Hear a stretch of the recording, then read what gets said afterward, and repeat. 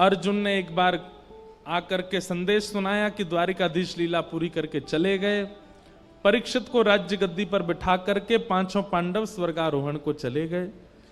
परीक्षित की आयु ज्यादा बड़ी नहीं, छोटे से थे।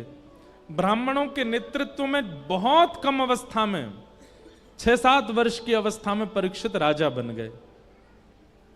बताओ, एक छत्र सम्राट बन गए। लेकिन ब्राह्मणों के निर्देश में राजपाट संभालने लगे, धीरे धीरे बड़े हुए, उनका विवाह हुआ, जन्मेजय आदि पुत्र हुए। एक दिन परीक्षित को कलयुग मिला। बैल के पैर काट रहा था काला काला व्यक्ति।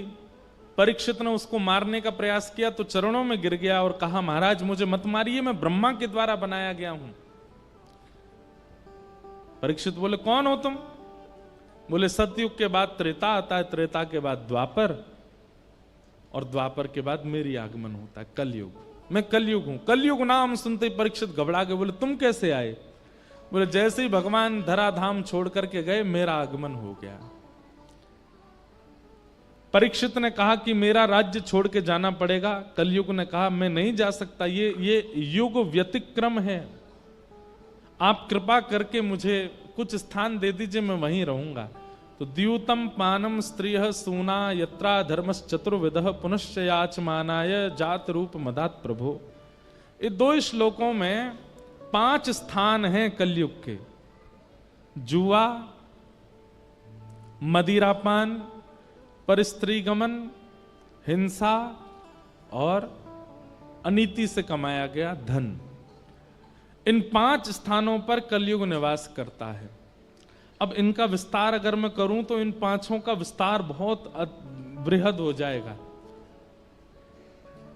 जुआ, जुआ का मतलब खेल में खेलने वाला जुआ ही नहीं होता। जुआ का मतलब धन का असद प्रयोग कहीं भी आप करते हो, वो सब जुआ है। पानम, अपनी जिह्वा पर किसी भी ऐसे पदार्थ को आप धारण करते हो जिससे आपका दिमाग अनकॉन्शियस हो जाता है, नशा होने लगता है, वो सब पानम की दृष्टि में आता है। तीसरा है परिस्त्री गमन। एक पत्नी व्रत धारण करके रहना है। पत्नी होने के पश्चात किसी के प्रति कुदृष्टि होना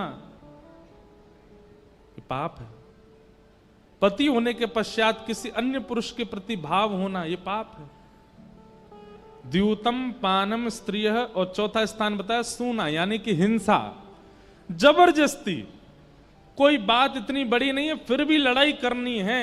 उसने मुझसे ऐसा बोला क्यों, उसने ऐसा किया क्यों, इसका मुंह फोड़ूंगा मैं। ये जबरदस्ती के कलेश करने की जिनकी बहुत मनस्थिति होती है उनको, वो भी कलयुगी हैं। जैसे पता चल जाए, ए सुन, पता है कल तेरे बारे में ऐसे ऐसे कह रहे थे। क्या कह रहे थे? बोले, वो नहीं याद मुझे क्या कह रहे थे, बस कह रहे थे। बस पूरी रात सोया नहीं, दिन भर सोया नहीं, उन लोगों के बीच में पहुंच गया, लड़ने लगा, उनको ब्लॉक मार दिया सब जगह से। ले बेटा, इस प्रकार की मनस्थिति वाले लोग ये कलयुगी हैं।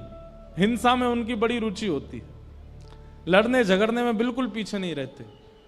और अंतिम कलयुगी लोगों का लक्षण क्या है? बिना मेहनत के धन कैसे मिल जाए इसकी विचारधारा में जो लगे रहते हैं।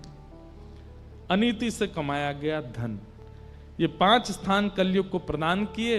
राजा परीक्षित ने एक संत का अपमान कर दिया, जिसके कारण उनके मस्तिष्क में कलयुग प्रविष्ट हो गया।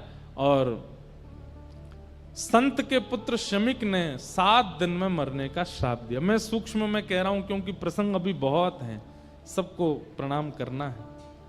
आप सब लोग तैयार होके बैठे हैं, पीले पीले बने आए हो। ठाकुर जी को नंदोत्सव होना है, इसलिए बस क्रम पूरा कर रहे हैं। परीक्षित जी महाराज को 7 दिन में मरने का श्राप लगा, पर वो विचलित नहीं हुए। जैसे ही उन्हें पता चला कि मुझे 7 दिन में मरने का श्राप लगा है, तुरंत अपना मुकुट उतार दिया, अपने पुत्र को बुला करके उसको पहना दिया और कहा, बेटा अब तुम राज शासन संभालो। पत्नी को बुला के कहा, बिल्कुल विचलित मत होना, मैं सौभाग्यशाली हूं। संसार का कोई व्यक्ति जानता ही नहीं है कि उसकी मृत्यु कब होगी। अगले क्षण भी हो सकती है, पर मैं ये जानता हूं कि 7 दिन से पहले मेरी मृत्यु नहीं होगी, 7वें दिन ही होगी, इसलिए मैं अपना कल्याण कर सकता हूं। मतलब जीवन में होने वाली स्थिति को नकारात्मक वे में ना सोच करके उसमें कोई सकारात्मक बुद्धि रखता है, ये एक वैष्णव का लक्षण है। कोई काम जिसके लिए आप वर्षों से लगे थे, अंत में आकर के वो नहीं बना। संसारी व्यक्ति तो टूट जाएगा, लेकिन वैष्णव वो टूटेगा नहीं, वो उसके प्रति भी कोई सकारात्मक भाव रखेगा। शायद ये काम बन जाता, बनने के बाद में कुछ बहुत बड़ी घटना हो जाती, इसलिए ठाकुर जी ने बनने ही नहीं दिया, ऐसी विचारधारा। परीक्षित की सोच कितनी अच्छी है। परीक्षित कहते हैं कि संसार का कोई भी व्यक्ति नहीं जानता कि उसकी मृत्यु कब होगी, पर मैं जानता हूं कि मैं 7 दिन से पहले तो नहीं मरूंगा। इसलिए देवी, इन 7 दिनों को मैं भगवत अर्पित करना चाहता हूं, मुझे आज्ञा दो। पत्नी की आज्ञा लेकर के परीक्षित वन में चले गए, और वन में उन्हें श्री अनेक संत मिले। तभी वहां श्री सुखदेव जी का आगमन हुआ। बोलो सुखदेव जी महाराज की। सुखदेव जी महाराज जैसे आकर के मंच पर विराजमान हुए, परीक्षित ने चरणों में प्रार्थना करते हुए कहा, महाराज जल्दी मरने वाले की मुक्ति का उपाय बताओ। जिसके जीवन के केवल 7 दिन बचे हैं, उसको मुक्ति प्राप्त करने के लिए क्या करना चाहिए, कृपा कर आप मुझे आज्ञा दें। और यहां से श्री सुखदेव जी बोलना प्रारंभ करते हैं। अब देखो एक बात सुनिएगा, सब लोग इधर देखो, सावधानी से सुनो। सुखदेव जी का प्रसंग प्रारंभ हो रहा है। कोई भी साधु, कोई भी संत, कोई भी वक्ता, कोई भी वैष्णव यदि कभी कुछ कहने जाता है ना, उसका स्वभाव है वो पहले अपने इष्ट को वंदन करेगा, उसके बाद ही कुछ बोलेगा। हम कथा प्रारंभ करते हैं, उससे पहले अपनी परंपरा से जो पूज्य पिताजी महाराज व्यास मंच पे मंगलाचरण करते हैं, वही मंगलाचरण करेंगे। आप सब लोग प्रणाम करके चले जाते, उसके बाद हम 5-6 श्लोक बोलते हैं, उसके बाद कीर्तन कराते हैं, फिर कथा प्रारंभ करते हैं। सीधे कहना नहीं शुरू कर देते। लेकिन यहां पर एक आश्चर्य हुआ कि सुखदेव जी महाराज मंच पर बैठे और परीक्षित ने जिज्ञासा की, जल्दी मरने वाले की मुक्ति का उपाय बताओ। इन्होंने ना तो इष्ट को प्रणाम किया, ना अपने गुरु को प्रणाम किया, ना किसी परंपरा के श्लोकों का स्तवन किया, सीधे उसको उत्तर देना प्रारंभ कर दिया कि वरीयाने शते प्रश्न क्रतो लोक हितम नृप आत्मवित् सम्मत पुंसाम। वरीयाने शते प्रश्न कर्तो लोक हितम नृप आत्मवित् सम्मतः पुंसाम श्रोतव्यादिषु यप्पर। इसका मतलब क्या है?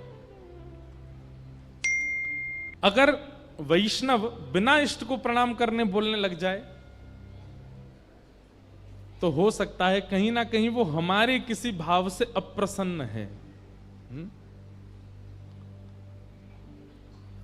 या फिर हमने जो जिज्ञासा की है वो जिज्ञासा उचित नहीं है, इसीलिए। और वही बात हुई।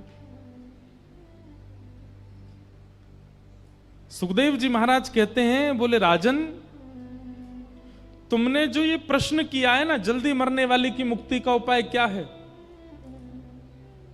अगर तुमने लोकहित के लिए ये प्रश्न किया है, संसार के लिए ये प्रश्न किया है कि संसार के जो लोग जल्दी मरने वाले हैं वो अपनी मुक्ति कैसे प्राप्त करें, तो तुम्हारा प्रश्न अच्छा है। लेकिन अगर ये प्रश्न कहीं तुमने अपने लिए किया है तो ये उचित नहीं है।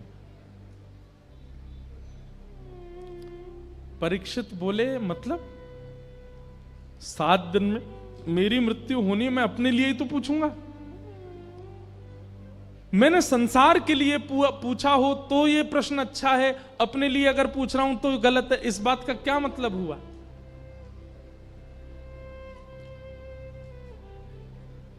जो लोग आ रहे हैं, जा रहे हैं, उठ रहे हैं, बैठ रहे हैं, हमारी प्रार्थना है। पीछे वाले लोग इतने शांति से कथा सुनते हैं, आगे वाले लोग एक तो लेट आते हैं और फिर आके उठ के और भागते हैं। सबको डिस्टर्ब करते हैं। ये देखो पीछे वाले ताली बजा रहे हैं, कोई नहीं, हम तुमको ही कथा सुना रहे हैं, बिल्कुल। आगे वाले तो बैठ जाते हैं बस। वो बेचारे इतने ध्यान से कथा सुनते हैं, पर ये बीच वाले और आगे वाले, इनको उठने से ही फुर्सत नहीं होती, यहां से आएंगे वहां, हमारा भी ध्यान भंग होता है। इतना अद्भुत प्रसंग चल रहा है। अगर ये आपके जीवन के कई प्रश्नों के उत्तर हैं, और फिर बाद में आप यही प्रश्न हमसे एकांत में करोगे जब मिलने आते हो, महाराज जी इसका उत्तर बता दो, कथा क्यों नहीं सुनी थी। पता है आपको, ये वैसी बात हो जाती है कि टीचर ने क्लास में पढ़ाया, तब तो सुने नहीं, जब प्रश्न पेपर आ गया, सर आपने ये तो पढ़ाया ही नहीं था। टीचर उस समय कहता हूं एक मुक्का मारूं तुझे, पूरी क्लास पढ़ रही थी, कहां था तू। ये आगे वाले बीच वाले वही बालक हैं।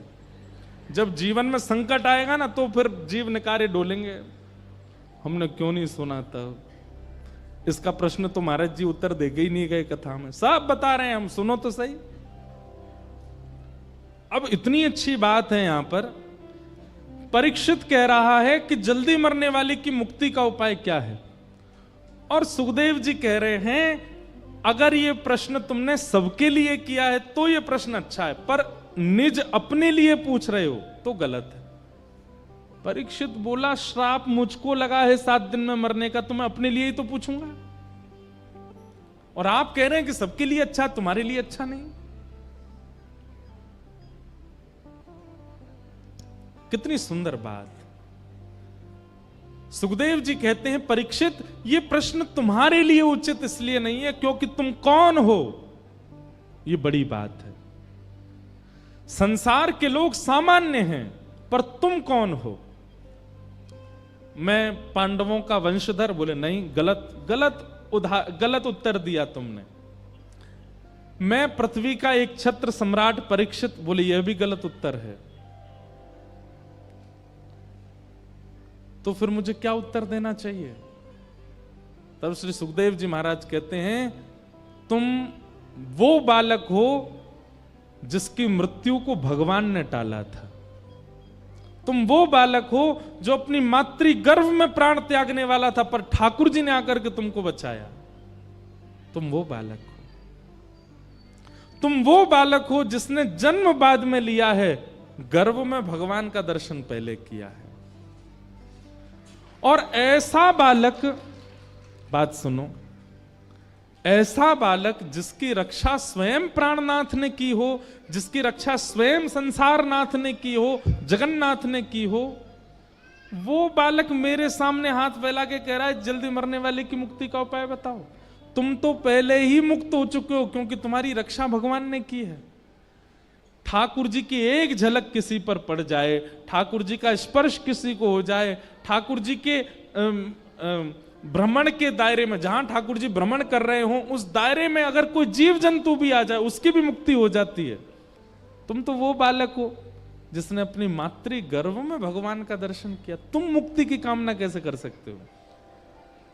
सीधी बात यह है परीक्षित, तुम पहले से ही मुक्त हो, तुम्हें मुक्ति की कामना नहीं करनी है, तुम्हारी मुक्ति तो होगी होगी, क्योंकि तुम तो ठाकुर जी के संस्पर्श के बालक हो। इसलिए ये प्रश्न अगर तुम अपने लिए कर रहे हो तो ये उचित नहीं है, क्योंकि तुम्हारी मुक्ति से कोई अभिप्राय नहीं है। शुक्राचार्य जी महाराज कहते हैं भगवान ने मां के गर्भ में प्रवेश करके तुमको केवल इसलिए बचाया कि एक दिन तुम मुक्ति मांगो। वही मुक्ति जो पूतना को भी मिली है, वही मुक्ति जो शूर्पणखा को भी मिली है, वही मुक्ति जो कुंभकर्ण को भी मिली है, वही मुक्ति जो रावण को भी मिली है, वही मुक्ति जो कंस को भी मिली है, वही मुक्ति जो अघासुर, बकासुर, धेनुकासुर, सारे असुरों को यह मुक्ति मिल चुकी है, वही मुक्ति परीक्षित भी मांग रहा है। तो फिर भगवान ने तुम्हारी मां के गर्भ में तुमको बचाया क्यों। ठाकुर जी को कोई उम्मीद है तुमसे, इसलिए। एक बात बताएं बंधुओं, लगभग संसार का हर व्यक्ति अपने जीवन में एक बार तो ऐसी स्थिति से निकल के आता है जहां वो मृत्यु के बिल्कुल किनारे पे खड़ा था, और वो बच जाता है। बस कैसे कृपा हो जाती है, क्या होता है, इसका मतलब क्या है? ठाकुर जी एक मौका अवसर तो सबको देते हैं, हम सब परीक्षित हैं, हम सबको ठाकुर जी कभी ना कभी जरूर बचाते हैं, लेकिन उसके बाद भी हम संभलते नहीं, फिर भी संसार की क्रिया और फिर अंत में मुक्ति की कामना करते हैं। हम सबको श्री सुखदेव जी महाराज कह रहे हैं तुम्हारी रक्षा भगवान ने क्यों की थी उस दिन? इसीलिए कि तुम एक दिन मुक्ति मांगो। मान लीजिए आप नाम जापक हो, मैं कथाकार हूं, हम दोनों को ही मुक्ति मिल जाए और हम दोनों हाथ पकड़ करके गए वैकुंठ, और हम बड़े प्रसन्न, भाई सुनाम से अकेले तुम और मैं दोनों जा रहे हैं वैकुंठ। वैकुंठ में जैसे ही हम पहुंचे बोले हमको तो मुक्ति मिली, हमको तो मुक्ति मिली। वैकुंठ के द्वार खुले, भीतर प्रवेश किए, बहुत ऐसा लग रहा था हम कितने इंपॉर्टेंट हैं। और जैसे ही भीतर गए तो हमको कहां बैठा दिया गया, लीजिए आप यहां बैठ जाओ। हम जाके बैठ गए, हमने देखी हाँ भाई लंबी लाइन है यहाँ पे, देखें तुझे और किस किस को मुक्ति मिली है। अरे ये तो अमृतसर वाले भाई साहब हैं, इनको भी मुक्ति मिली है। अरे ये तो हिसार वाले भैया, इनको भी मिल गई है। तभी क्या देखा थोड़ी दूर पे, ये 10 मुंह वाला कौन बेटा, बोले ये रावण है, इसको भी मिली है। हमने इतना नाम जप किया, हमने इतनी कथाएं सुनी, इतनी परिक्रमा करी, परिक्रमा कर करके गिरिराज जी की छोटे है गए हम, तब जाकर के हमको मुक्ति मिली। और ये राक्षस अपने 10 मुंह से गाली देता था, इसको भी मुक्ति दे दी ठाकुर जी ने। तब फिर आपको लगेगा हम में इसमें अंतर क्या है? फिर जो भजन करके हमको मिला वो द्वेष करके इसको भी तो मिला है। क्योंकि गोस्वामी जी कहते हैं भाव कुभाव अनख आलसहु, नाम जपत मंगल दिश दशहु।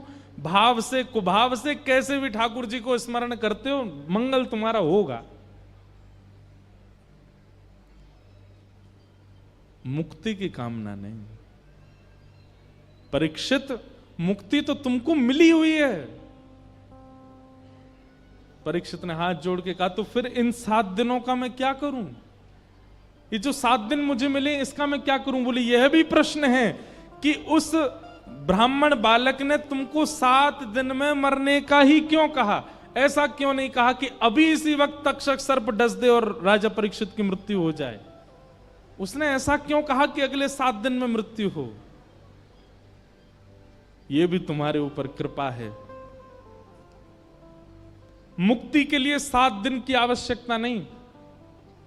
हमारे शास्त्र कहते हैं जिस व्यक्ति ने जीवन भर पाप किया हो, सारे गलत काम किए, जीवन में कोई काम नहीं छोड़ा, और वो अपने अंतिम स्थिति में अंतिम श्वास ले रहा हो, और उसी समय कोई रसिक आकर के कान में एक बार बोल दे श्री राधा, श्री कृष्ण, श्री वृंदावन, श्री गिरिराज, श्री गोवर्धन, एक नाम भी कोई बोल दे और उसके प्राण निकल रहे हों, भले ही उसने जीवन में कितने भी पाप किए हों, अंतिम काल में यदि कान में कोई भगवान नाम आ गया और उसके प्राण निकल गए, तो यहां स्पष्ट लिखा है योगिनाम नृप निर्णीतम हरेर नामानुकीर्तनम। हरि का नाम यदि अंतिम काल में कान में पड़ गया तो मुक्ति निश्चित है। फिर जीवन के सारे आपके चैप्टर क्लोज कर दिए जाएंगे। इसने गलत खाया, गलत पिया, गलत व्यवहार किया, सब खत्म। अंत में भगवान नाम सुन लिया, वैकुंठ। परीक्षित, मुक्ति के लिए 7 दिन जरूरी नहीं होते, एक क्षण बहुत है। तुमको 7 दिन मिले हैं। परीक्षित बोले भगवान अब मैं क्या करूं, मुझे बताओ। बोले तुम मुक्ति मत मांगो तो क्या मांगू? बोले भक्ति मांगो। बोले इन दोनों में अंतर क्या है? इतना सुंदर अंतर बताते हैं। मुक्ति का मतलब मृत्यु के बाद भगवान का दर्शन, और भक्ति का मतलब जीते जी भगवान का दर्शन। अब तुम्हारा उद्देश्य यह नहीं होना चाहिए कि 7 दिन बाद तक्षक सर्प डसे और विमान आए और तुमको वैकुंठ ले जाए।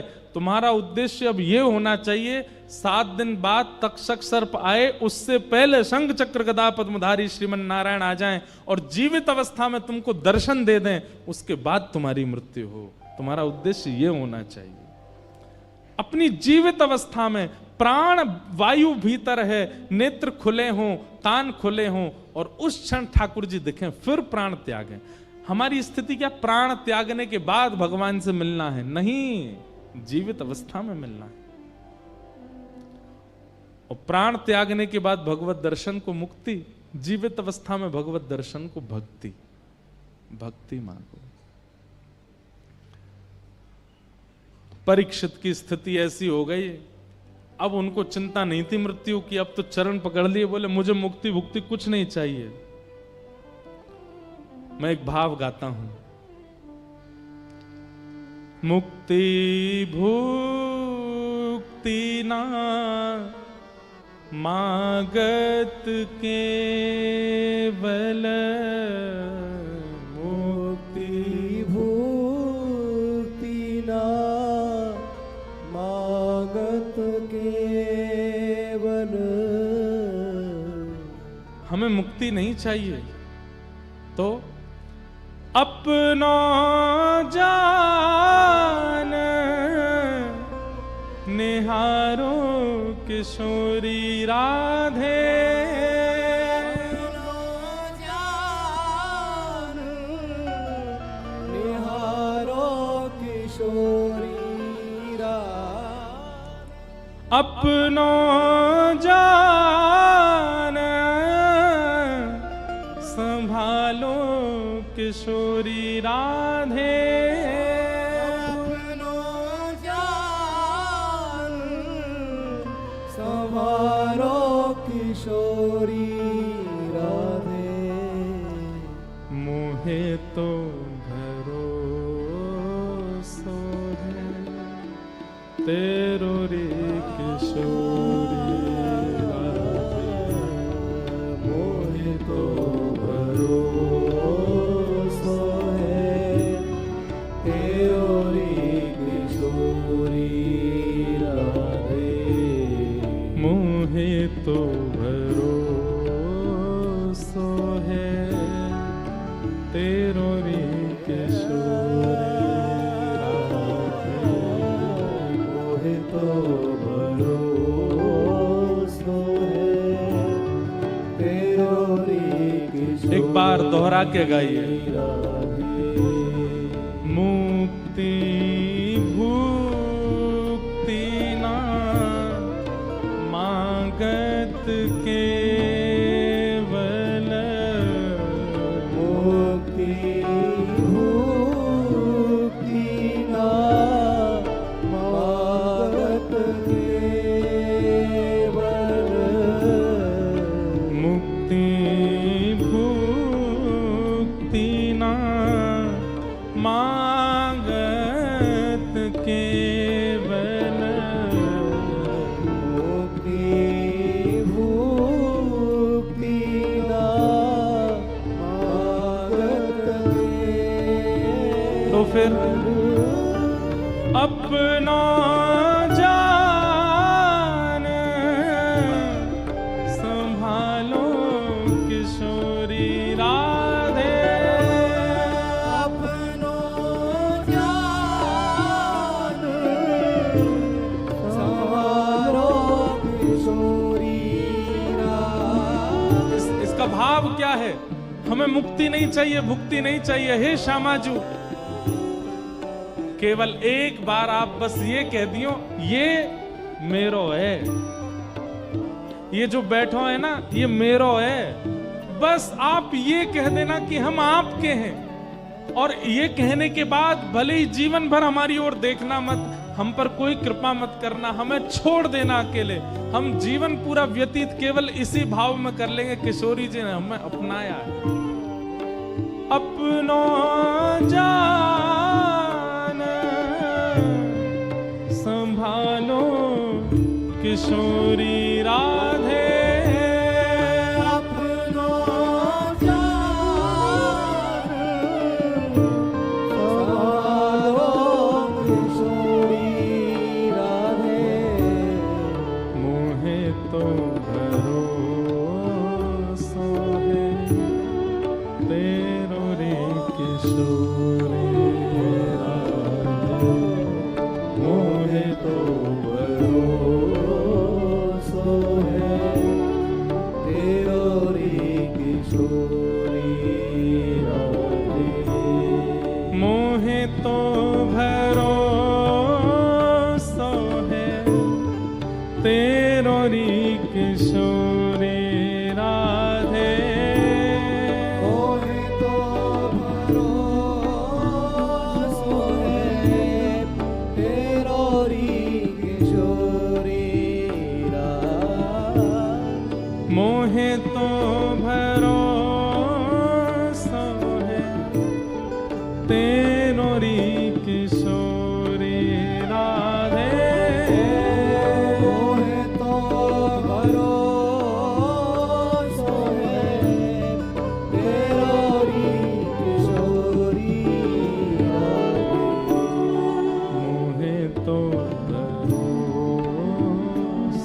है तेरो री किशोरी राधे। मोहे तो भरोसो है तेरो री किशोरी राधे। साधनहीन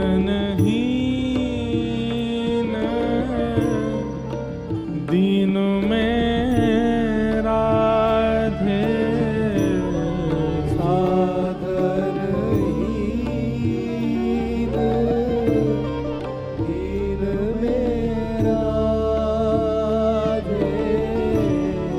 तुम करुणामयी प्रेम अगाधे।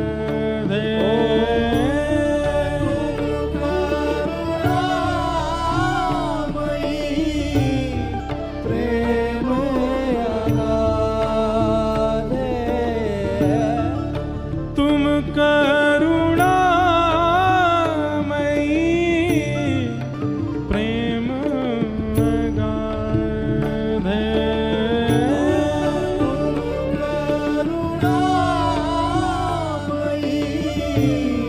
प्रेम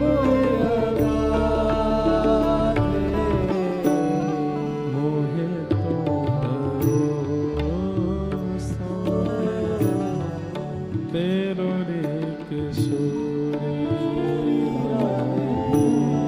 मोहे तो भरोसो है तेरो रे किशोरी राधे। तेरो रे किशोरी राधे। तेरो रे किशोरी राधे। तेरो रे किशोरी राधे। तेरो रे किशोरी राधे। और कोई कामना नहीं है हमारी। और ये बात मैं नहीं कह रहा हूं, ये स्वयं श्री परीक्षित जी महाराज को सुखदेव जी समझा रहे हैं कि मुक्ति की कामना मत रखो, भागवत जी के प्रति तो भक्ति की कामना रखो। और केवल ये कामना रखनी है कि मृत्यु हो उससे पहले एक बार बस ठाकुर जी प्रसन्न होके कह दें कि हाँ मैंने तू स्वीकार कर लियो, बस फिर चाहे प्राण चले जाएं। चरणों में गिर गए और कहा कि भगवान अब मुझे मुक्ति की बिल्कुल चिंता नहीं है, 7 दिन में मेरे प्राण जाएं इसकी मुझे चिंता नहीं। अब मेरी एक चिंता है, कहीं मेरे प्राण जाएं उससे पहले मुझे ठाकुर जी के दर्शन नहीं हुए तो मेरी चिंता बढ़ेगी। मुझे ठाकुर जी के दर्शन कराओ, उसके लिए जैसा भक्ति भाव मेरे चित्त में प्रकट करना हो कृपा करके आप कीजिए। और यहां से अब सुनो, अब सुखदेव जी महाराज को जब परीक्षित जी ने कहा कि मुझे भक्ति दीजिए, तब सुखदेव जी ने अपने इष्ट को याद किया, गुरु को याद किया और जो मंगलाचरण करना था फिर किया। और अब यहां से कथा सुनानी प्रारंभ की। अब हम केवल प्रसंगों को स्पर्श मात्र करते हुए चल रहे हैं, जो लगेगा विस्तार के लिए उसको करेंगे। आगे भागवत में सृष्टि प्रसंग सुनाया गया और सृष्टि प्रसंग के उपरांत कपिल विभूति संवाद सुनाया गया, जहां पर भगवान का कपिल अवतार हुआ देवभूति माता के यहां, और भगवान ने देवभूति माता के प्रश्नों के कई उत्तर दिए वहां पर। कपिल देवभूति संवाद बहुत सुंदर है। अच्छा, देवभूति माता ने एक प्रश्न किया, उसका केवल हम उत्तर सुन के फिर आगे के प्रसंग में चलेंगे। देवभूति माता ने एक प्रश्न किया कि भगवान, आपके कितने प्रकार के भक्त होते हैं और उन भक्तों में आपको कौन से प्रिय होते हैं, कृपा करके मुझे बताओ। तब भगवान ने अपने 4 प्रकार के भक्तों का वहां वर्णन किया, और उन चारों में प्रसन्न कौन से होते हैं, किन से प्रसन्न ठाकुर जी होते हैं, उनके बारे में ठाकुर जी ने बताया। उत्तम, तामस, राजस, सात्विक और निर्गुण, 4 प्रकार के भक्त हैं। बहुत ध्यान से सुनिए सब लोग, इधर देखो। तामस, राजस, सात्विक और निर्गुण, हम कौन से हैं इनमें से? सुनिए जरा। सबसे पहला तामस भक्त। तामस भक्त कैसा होता है? बोले, अभिसिंधाय यो हिंसाम दंभम मात्सर्यमेव वा संरंभी भिन्द्रग्भावम मयि कुर्यात् स तामस। भगवान कह रहे हैं, सुन लीजिए, कहीं आप में ये गुण तो नहीं है। ठाकुर जी कह रहे हैं, जब भी मेरे सामने आएगा, किसी की शिकायत लेके ही आता है, हे ठाकुर जी वो व्यक्ति ऐसा ऐसा कर रहा है, हे ठाकुर जी वो बहुत ज्यादा उज्जवल भविष्य उसका हो रहा है, हे ठाकुर जी उसके बच्चे बहुत ज्यादा पढ़ लिख रहे हैं, हे ठाकुर जी उसके यहाँ ऐसा हो रहा है। वो दूसरों की केवल शिकायत ही करता है, और उनकी हिंसा की भावना से आता है। हिंसा की भावना मतलब उसकी इच्छा ये होती है कि ठाकुर जी इतनी कृपा करो कि उसके काम धंधे सब रुक जाएं, इस कामना से जो मेरे सामने आता है। दूसरा, ये एक लक्षण है तामसी भक्त का। दूसरा लक्षण, ये दूसरों में हो सकता है कि पहला वाला लक्षण ना हो, दूसरा वाला होता हो। दूसरा क्या है? बोले दंभ। दंभ मतलब पाखंड। दंभ कैसा होता है? दिखाएंगे कि परम भक्त हैं, परम वैष्णव हैं, परम भागवत हैं, परंतु जब तक सब देख रहे हैं तब तक तो परम भागवत हैं। जैसे ही लगा कि सब गए, सोई महाराज महासंसारी हो जाते हैं। ये दंभ। नाम जप कर रहे हैं, गुरुदेव के द्वारा दिया हुआ माला फेर रहे हैं, तिलक लगा के घूम रहे हैं, क्यों? सब देख रहे हैं इसलिए। जैसे एकांत में आए, देखा सब चले गए, माला झूली जेब में, माथे से तिलक मिटा लिया, दंभ चल रहा था, हो गया खत्म। ये तामसी भक्त है। और तीसरा लक्षण क्या है? ये तीन अलग अलग भी हो सकते हैं सबके अंदर। किसी के अंदर केवल दंभ ही होगा, किसी के अंदर केवल हिंसा ही होगी। और तीसरा लक्षण तामसी भक्त का क्या बताया? मात्सर्य एव वा। मात्सर्य मतलब दूसरे के प्रति ईर्ष्या होना। करते तो नाम जप हैं, करते तो भक्ति हैं, शंकर जी पर दूध चढ़ाते हैं, बिहारी जी को प्रणाम करते हैं, फूल बंगला बनवाते हैं वृंदावन में जाके, पर शहर में जिसमें रहते हैं वहां किसी से ईर्ष्या है। वो ईर्ष्या आज तक घटी नहीं है बिल्कुल भी। ईर्ष्या युक्त होकर के भजन कर रहे हैं, ऐसे भक्त को तामसी कहा गया। भगवान कहते हैं ये मुझे बिल्कुल पसंद नहीं है। तामसी पहले भक्त। दूसरे भक्त कौन से हैं? बोले राजस। राजस भक्त कैसे होते हैं? तो विषयान विसंधाय यश ऐश्वर्यमेव वा अर्चादावर्चयेद्यो माम पृथक भावस राजस। राजस भक्त का लक्षण कैसा होता है? बोले विषयान विसंधाय। एक तो भक्ति से, भजन से, परिक्रमा से, गुरु दीक्षा से, कथा सुनकर के भी ये अपने विषय को नहीं छोड़ते, जिस विषय में पढ़े उसमें पढ़े ही रहते हैं। अगर धुआं उड़ाने का इनका शौक है, कितनी कथा सुनेंगे, कितने मंदिर जाएंगे, पर धुआं उड़ाना बंद करते नहीं है, विषय नहीं छोड़ते, परिवर्तन नहीं आता विषयों में।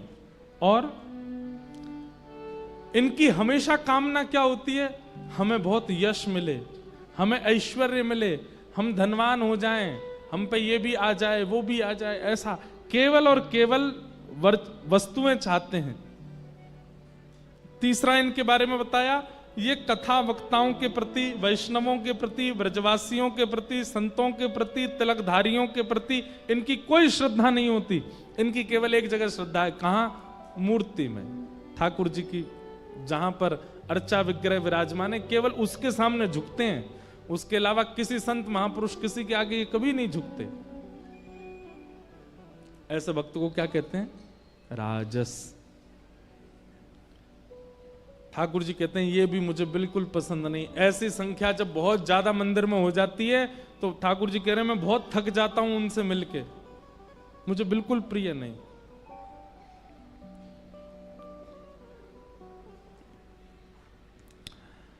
तीसरे भक्त कौन से हैं? तब भगवान कहते हैं सात्विक। सात्विक भक्त कैसा है? कर्म निहार मुद्दिश्य परस्मिन् वा तदर्पणम् यज्ञेतस्तव्यमति वा पृथग भावस राजस। पृथग भावस सात्विक। सात्विक भक्त कैसा होता है? कर्म निर्हार मुद्देश्य, ये कर्म को अपना बल मानता है कि जो कुछ भी मैं कर रहा हूं ये मैं अपने बल से कर रहा हूं। ये घर किसने बनाया? मैंने बनाया। इतना धन किसने कमाया? बोले मैंने कमाया। इतने सुंदर बच्चों की परवरिश किसने की? मैंने की। ये बेटा आपका कलेक्टर बन गया, मैंने मेहनत करके बनाया। ये हर जगह कर्म में अपना बल मानते हैं, ठाकुर जी का नहीं। कर्म निर्हार मुद्दिश्य परस्मिन् वा तदर्पणम। लेकिन बताने में क्या करते हैं?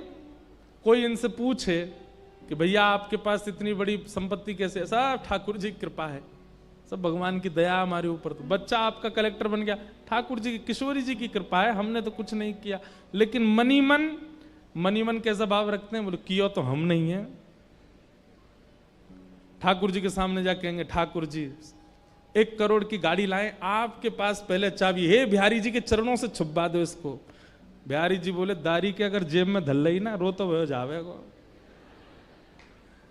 ठाकुर जी ये तो कुटिया आपकी है, हम तो इसमें केवल किराएदार के रूप में रह रहे हैं। ठाकुर जी बोले तो निकल जा, चल घर से बाहर, मेरी कुटिया मुंह दे दे।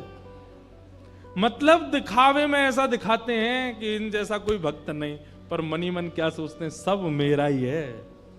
पर बताने में मतलब इनके व्यवहार में भक्ति दिखती है, पर वास्तविकता में ये सब अपना ही मानते हैं।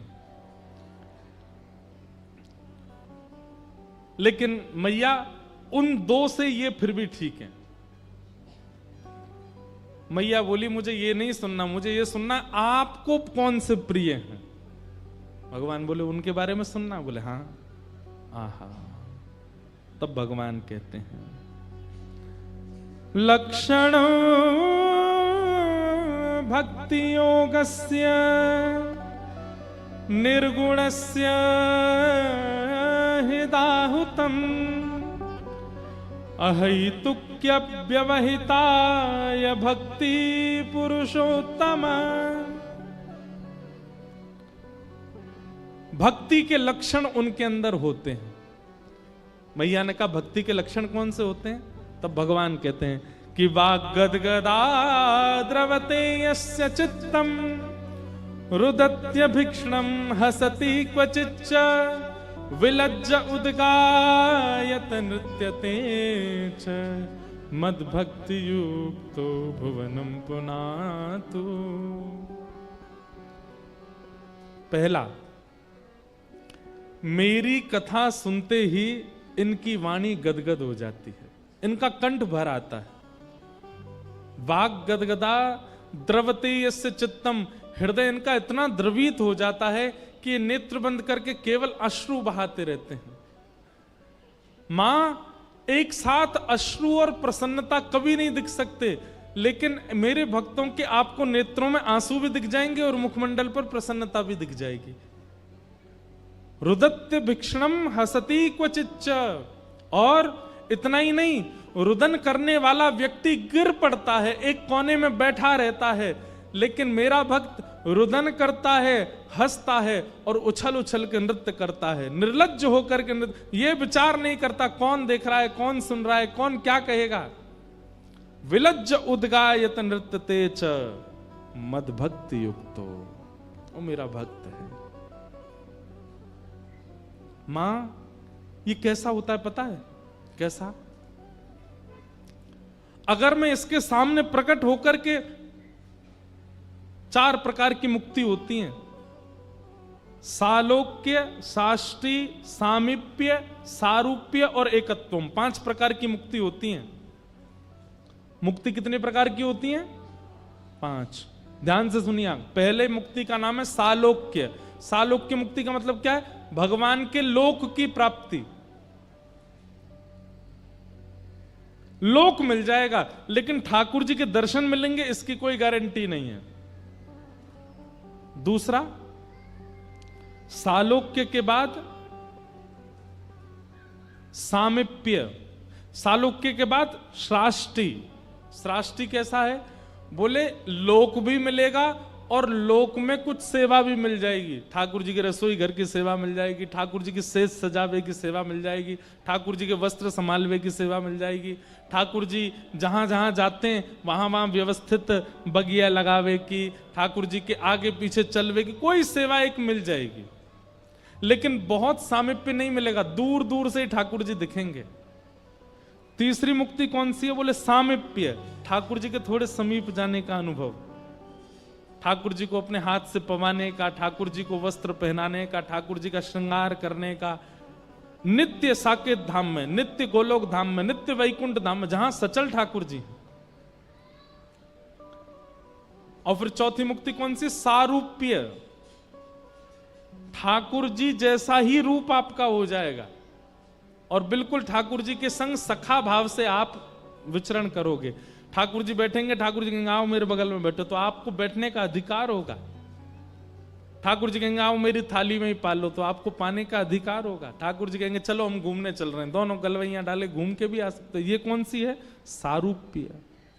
और अंतिम मुक्ति है एकत्वम, ठाकुर जी में विलीन हो जाओगे, आपका कोई अस्तित्व नहीं है, ठाकुर जी में ही रहोगे। लेकिन भगवान कहते हैं मां ये 5 मुक्ति उसके सामने मैं धर देता हूं, लेकिन वो क्या करता है? दीयमान न ग्रहणन्ति, मना कर देता है, ठाकुर जी मुझे नहीं चाहिए, मुझे मुक्ति ही नहीं चाहिए। तो फिर क्या मांगता है? एहो विधि ना तो पे अचरा पसार मांगू, जन्म जन्म दीजो याही ब्रज वसीवो। झोली फैला करके कहता है नाथ मुझे मुक्ति नहीं चाहिए, मुझे आपकी कोई भी मुक्ति नहीं चाहिए, आप तो बस एक ही कृपा कर दो। बोले क्या? मुझे वृंदावन में जन्म दे दो, मुझे ब्रजमंडल में जन्म दे दो, और मुझे मानव नहीं बना सकते। आशा महो चरण रेणुज शाम हम शाम वृंदावने किमपि गुलमलतौषधीणाम। एक छोटा सा कोई पौधा बना दीजिए वृंदावन का, ताकि जब जब वैष्णव भक्त वृंद चलें उन सब की रज उड़ उड़ करके मुझे सना दिया करे। मां अरे कहां तक कहूं, मैं खुद को भी देना चाहूं तो वो कहते हैं कि नहीं आप हमें नहीं चाहिए। तो बोले क्या चाहिए? विरह चाहिए, आप हमसे दूर चले जाओ, हमको तड़पता हुआ छोड़ जाओ। क्योंकि मिलन में प्रेम कभी कभी अशुद्ध हो जाता है, विरह में विछोह में प्रेम सदा पवित्र बना रहता है।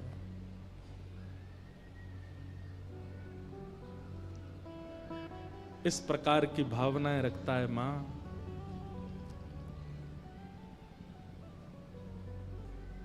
वो मेरा भक्त है। राधिका रानी जी, वृषभानु दुलारी जी, राधिका रानी जी, वृषभानु दुलारी जी, राधिका रानी जी, वृषभानु दुलारी जी, ओ राधिका रानी जी, वृषभानु दुलारी जी। ओ सुन लो अर्ज हमारी हमारी, रहूं ब्रज रज को पासी, रहूं ब्रज रज को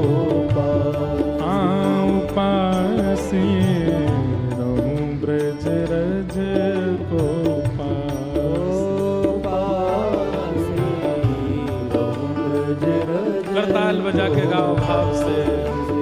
ओ राधिका रानी जी, वृषभानु दुलारी जी, राधिका रानी जी, वृषभानु दुलारी जी।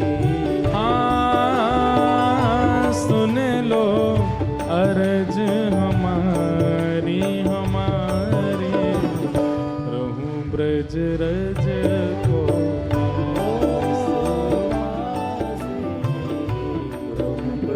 रज को से उपासी, रहूं ब्रज रज को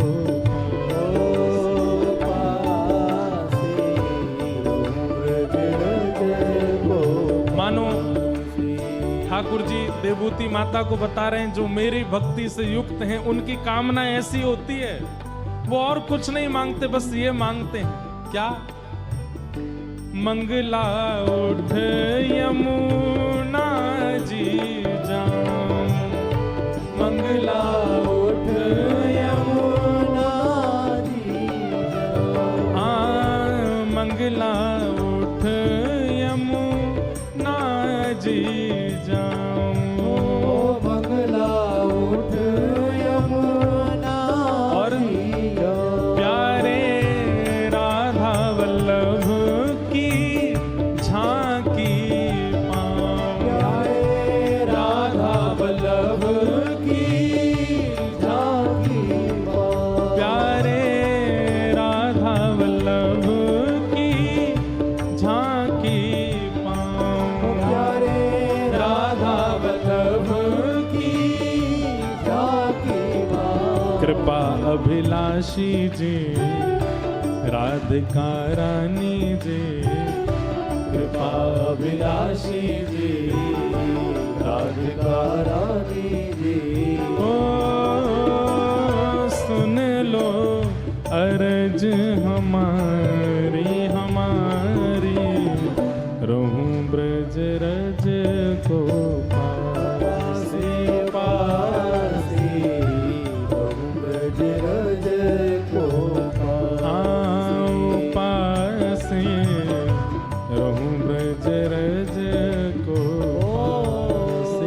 पासी, रहूं ब्रज रज गाओ। राधिका रानी जी, वृषभानु दुलारी जी, ओ राधिका रानी जी, वृषभानु दुलारी जी। ओ सुन लो अर्ज हमारी हमारी, रहूं ब्रज रज को पासी, रहूं ब्रज रज को पासे, रहूं ब्रज रज को पासे पासी, रहूं ब्रज रज को। बोलो वृषभानु दुलारी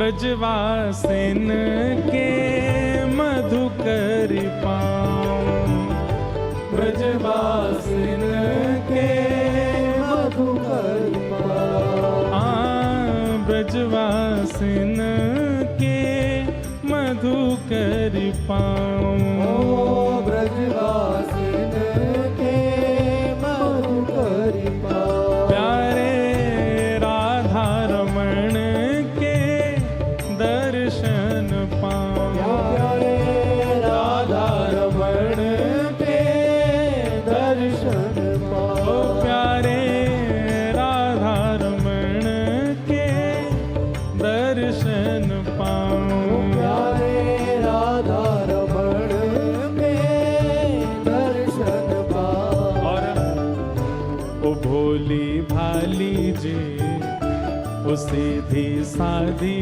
जी, हाँ भोली भाली जी, किशोरी जी ऐसी है हमारी, सीधी साधी जी, ऊंचे महलन वारी जी, वृषभानु दुलारी जी, ऊंचे महलन वारी जी, वृषभानु दुलारी जी, सुन लो अर्ज हमारी हमारी, रहूं ब्रज रज को पासी, रहूं ब्रज रज को पासे, रहूं ब्रज रज को पासे, पासी, रहूं ब्रज रज को पासी। ओ राधिका रानी जे, वृषभानु दुलारी जे, ओ राधिका रानी जी, वृषभानु दुलारी जी, सुन लो अर्ज हमारी हमारी, रहूं ब्रज रज को पासी, रहूं ब्रज रज को और अंतिम इच्छा क्या है? ब्रजवासिन की सेवा पाऊं, ओ ब्रजवासिन की सेवा, ब्रज रसिकन की सेवा पाऊं, ब्रज रसिकन की सेवा, प्यारे कुंज बिहारी संग नैन मिलाऊं, प्यारे कुंज बिहारी संग नैन मिलाओ, ओ प्यारे बांके बिहारी संग नैन लगाऊं, प्यारे बांके बिहारी संग नैन मिलाओ, कृष्ण मनोहारिणी जी, राधा रानी जी, कृष्ण मनोहारिणी जी, श्री राधा रानी जी, कृष्ण मनोहारिणी जी, कीरत सुत प्यारी जी, कृष्ण मनोहारिणी जी, कीरत सुत प्यारी जी, ओ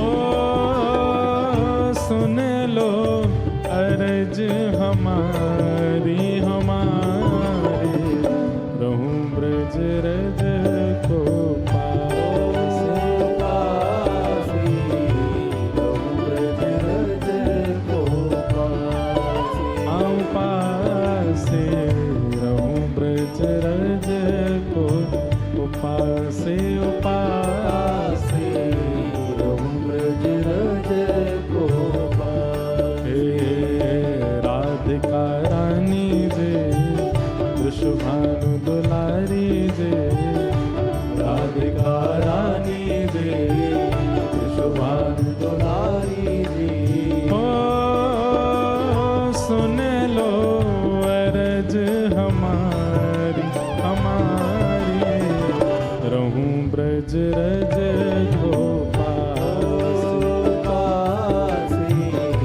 रहूं ब्रज रज को पासी। राधे राधे गोविंद गोविंद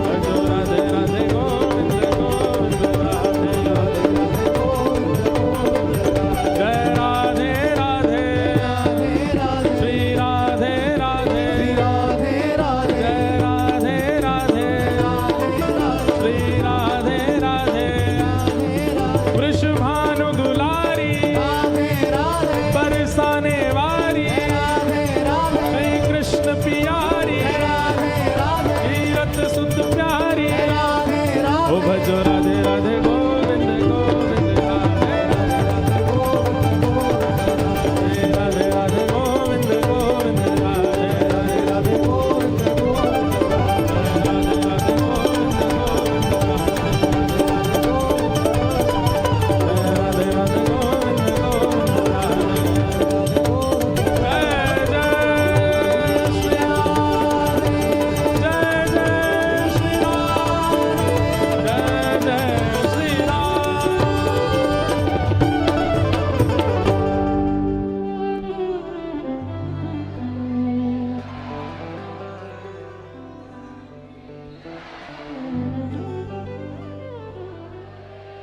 गोवर्धन पर्वत पे राजो गोवर्धन पर्वत पर राज प्यारे गिरधर लाल संग दर्श करा प्यारे गिरधर लाल संग दर्श करा चरण अभिलाषी जी राधिका रानी जी चरण अभिलाषी जी राधिका रानी जी ओ भोली भारी जी हाँ अति सुकुमारी जी ओ भोली भारी जी अति सुकुमारी जी ऊंचे महलन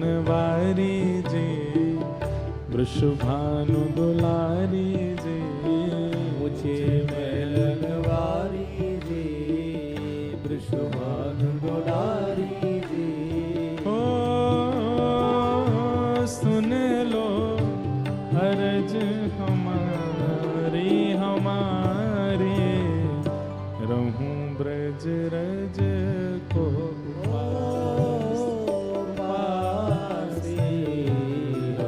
ब्रज रज को पासे रहूं ब्रज रज को पासे रहूं ब्रज रज को तो भगवान कहते हैं कि मैया मुझे जो प्रिय हैं उनके लक्षण कैसे हैं? वो ऐसे हैं, वो अपने लिए कुछ चाहते ही नहीं हैं, वो बस ये चाहते हैं कि जीवन मिला है, ये प्राण मिले हैं, ये हाथ मिले हैं, चरण मिले हैं, नेत्र मिले हैं, कान मिले हैं, जीभ मिली है, नाक मिली है, सब मिला है, इन सब को श्री ठाकुर जी की सेवा में लगा दें। नेत्रों से उनको निहारें, कानों से उन्हीं को सुने, हाथों से उन्हीं की सेवा, पैरों से उन्हीं की प्रदक्षिणा, जीव से उन्हीं के प्रसाद का सेवन और कुछ नहीं, और कोई हमारी कामना नहीं। दीयमान न ग्रहणंती बिना मत सेवनम जना, ये मेरे अति प्रिय भक्तों के लक्षण हैं। एक हतो सो गयो श्याम संग को राधे को उद्धव, गोपियां कहती हैं मन ना रहे 10-20। हे उद्धव, हमारे पास 10-20 मन नहीं है कि एक पति में लगा दें, एक बच्चों में लगा दें, एक परिवार में लगा दें और एक कृष्ण को दे दें। एक ही मन है, और वो एक ही मन भी कृष्ण के पास है, तो जो कृष्ण के पास है वो औरों में कैसे लग सकता है? एक हाथों सो गयो श्याम संग। अब वो मन किसको दें हम, कैसे दें? एक ही तो था, वो भी श्याम सुंदर ले गए। ये है निर्गुण भक्तों के लक्षण। यथा ब्रज गोपिका नाम। नारद जी महाराज भ्रमण करते करते गए, यमुना जी पे एक गोपी बैठी थी ध्यान की मुद्रा में। गोपी बोली जय हो, नारद जी बोले जय हो जय हो जय हो, आज तो बड़े धन्य भाग। बोले क्यों? बोले तपस्वी बद्रीनाथ में खूब देखे, ऋषिकेश में खूब देखे, गंगा जी के तट पर खूब देखे, नर्मदा जी के तट पर खूब देखे, पर यमुना तट पे और ब्रजमंडल में तपस्विनी, वो भी ब्रजवासिनी, भैया ब्रजवासी कभी तपस्या ना करें। अरे गोपी कौन को ध्यान कर रही है? गोपी नेत्र खोल के बोली, ध्यान कर नहीं रही हूं तो नेत्र बंद करके चित्त में श्याम सुंदर अड़के बैठो, मैं निकाल रही हूं बाहर। जे निकर जाए बाहर तो घर के काम करूं, पूरे दिन अड़के बैठो ही रहे यहां पे। नारद जी महाराज बोले, ये ब्रज की रीति है, पूरा विश्व चित्त में धारण करता है और ब्रज के लोग ध्यान करके चित्त से निकालते हैं कि नेक देर को निकरे तो हम कछु काम करें। 24 घंटा अड़के बैठो ही रहे भीतर। ये है निर्गुण भक्त। अब निर्गुण भक्त की व्याख्या में हो गई आप सबकी, 12 बजे ही होंगे फिर तो कृष्ण जन्म। निर्गुण भक्त। अब निर्गुण भक्त की व्याख्या में हो गई आप सबकी, 12 बजे ही होंगे फिर तो कृष्ण जन्म। ऐसे निर्गुण भक्त बहुत सुंदर हैं। भागवत के प्रसंग इतने अद्भुत हैं कि 7 दिन कम है उनको बोलने के लिए, पर हम क्या करें, हमको 7 ही दिन मिलते हैं। इसलिए हमने अब अलग अलग कई जगहों पे अलग अलग प्रसंगों की कथा, अभी जैसे अमृतसर में 7 दिन भक्त चरित्र, तो भक्त चरित्र में खूब सारे भक्तों को विस्तार से बोलते, तो कोई बाध्यता नहीं थी कि आज यहां तक करना है ऐसे। अब नियम तो सप्ताह का ऐसा ही है कि आज कृष्ण जन्म होना चाहिए, लेकिन जब ये नियम बनाए गए थे तब कथा कैसे होती थी? सूर्य उदय के साथ प्रारंभ होती थी, सूर्यास्त के साथ विश्राम होती थी, पूरे दिन चलती थी। और पंजाब में तो कथा ही सूर्यास्त के बाद शुरू होती है। यहां तो कथा ही शाम को 7, साढ़े 7, 8 बजे शुरू होती है। रात में जब हम घर लौट के जाते हैं तो मैं आधा घंटा तो ये सोचता हूँ प्रसाद पाऊं कि नहीं पाऊं, क्योंकि पाऊंगा तो 2 घंटा तो नींद आनी नहीं है। सुबह उठ सेवा आदि करनी, तो रोज हम भी लेट उठ रहे हैं, हमारे लालजी लेट उठे, इतना विलंब है जाए रात में। उसके बाद तो अभी चित्र विचित्र बाबा थे, वो तो रोज ले जाते खिलाने, रात में क्रिकेट 2 बजे आते, और फिर सोएं कब उठें कब, बड़ा मतलब परिस्थिति बता देती कि हम पंजाब में हैं, कुछ कहने की आवश्यकता नहीं। कल अमृतसर वाले आए, वहां कथा का समय था 4 से 7 शाम को। वो आके बोले महाराज जी अगली बार हमारे यहां भी ऐसी करना रात को। मैंने कहा भैया तेरे हाथ जोड़े। मैंने कहा नहीं, कथा तो वैसे आनंद आ रहा है हमको रात में भी, लेकिन कथा तो सबसे ज्यादा आनंद देती है सुबह सुबह कथा होती है ना, जब हम अकिंचन करते हैं कभी कभी सुबह 4 बजे से। कभी करेंगे प्रैक्टिकल की कोई कथा ऐसी करेंगे कि 4 बजे शुरू हुआ करेगी, फिर देखेंगे कितने आओगे। उसमें केवल अधिकारी ही आएंगे, लेकिन हमें पूर्ण भरोसा है उसमें भी आप सब पंडाल फाड़ ही दोगे, इतने आओगे। तो आनंद है अपना। तुम क्या निवेदन कर रहे थे? हाँ, तो इस प्रकार कपिल विभूति संवाद को हम प्रणाम करते हैं। आगे बंधुओं ध्रुव जी का चरित्र सुनाया गया। श्री ध्रुव जी महाराज ने भगवान की स्तुति गाकर के ठाकुर जी को प्रसन्न किया। तत्पश्चात ध्रुव जी के वंश का वर्णन किया गया। उन्हीं के वंश में अनेक राजा हुए। ध्रुव जी के वंश में राजा अंग हुए, इनके बेटा बैन हुए। बैन को ऋषियों ने मार दिया, इसलिए उनके शरीर के घर्षण से पृथु महाराज हुए, जिनकी वजह से धरती को पृथ्वी कहा जाता है। ऋषभदेव भगवान के 100 पुत्र हुए। 100 पुत्रों को ज्ञान उपदेश किया गया, वह उपदेश यहां सुनाया गया। ऋषभदेव महाराज के प्रथम पुत्र का नाम था श्री भरत। वही भरत अपने तीसरे जन्म में जड़ भरत बने और रहुगण राजा को उन्होंने ज्ञान उपदेश किया।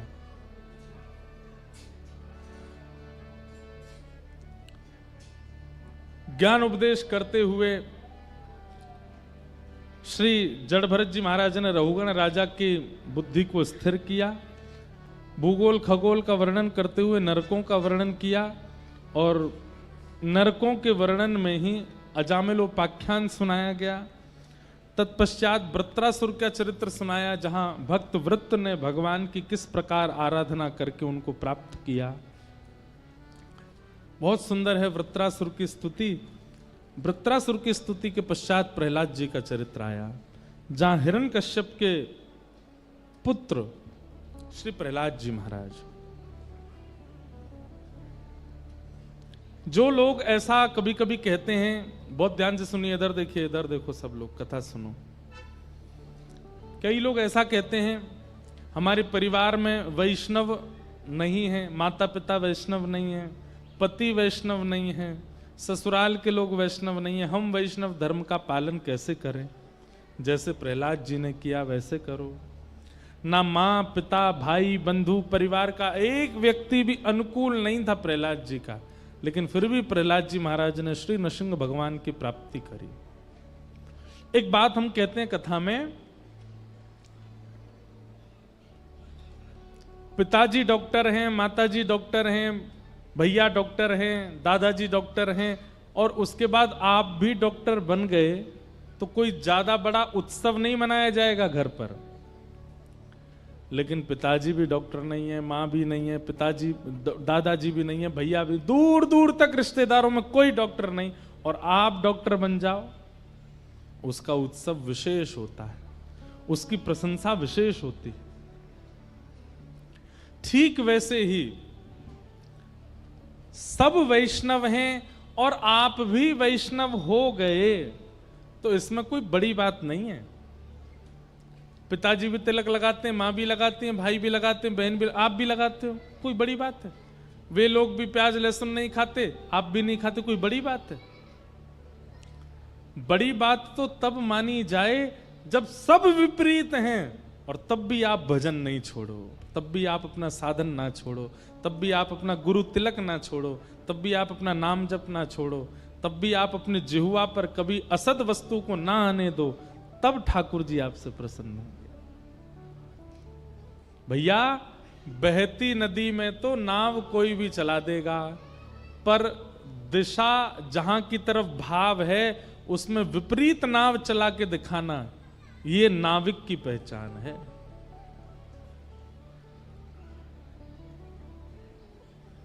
खाली मैदान में तो कोई भी साइकिल चला लेगा, मोटरसाइकिल चला लेगा, गाड़ी चला लेगा, पर हाईवे, भरे हाईवे पर ट्रकों के बीच में, बसों के बीच में गाड़ी चला के दिखाए तो ड्राइवर माना जाता है। ठीक वैसे ही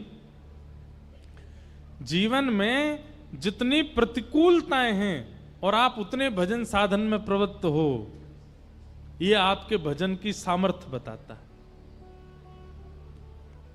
इसलिए शिकायतें मत किया कीजिए कि हमारे स्कूल के बच्चे सब खाते हैं, ऑफिस में सब लोग ऐसा रहते हैं, हम कैसे अपने आप को संभालें वहां पर।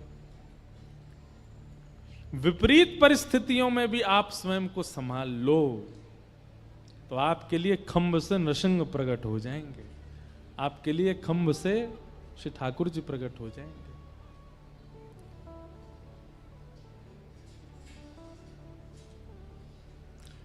भगवान प्रहलाद जी भक्त हुए और प्रहलाद जी के भक्त होने का कारण उनकी माता जी जब कयाधु गर्भवती थी तब हिरण्यकश्यप अमर बनने के लिए तपस्या करने गया था हिमालय पर, और उसी काल का अवसर जानकर के श्री नारद जी महाराज ने इनकी पत्नी, हिरण्यकश्यप की पत्नी कयाधु को भागवत का रसस्वादन पान कराया, और सप्ताह नहीं अनेक दिनों तक कराते रहे। अनेक दिनों तक बैठ करके भगवत चर्चा उन्होंने सुनी, एकांत में बैठ करके सुनती थी। उसी का प्रभाव हुआ कि गर्भ का बालक परम भागवत प्रहलाद हुआ। हमारी प्रार्थना है,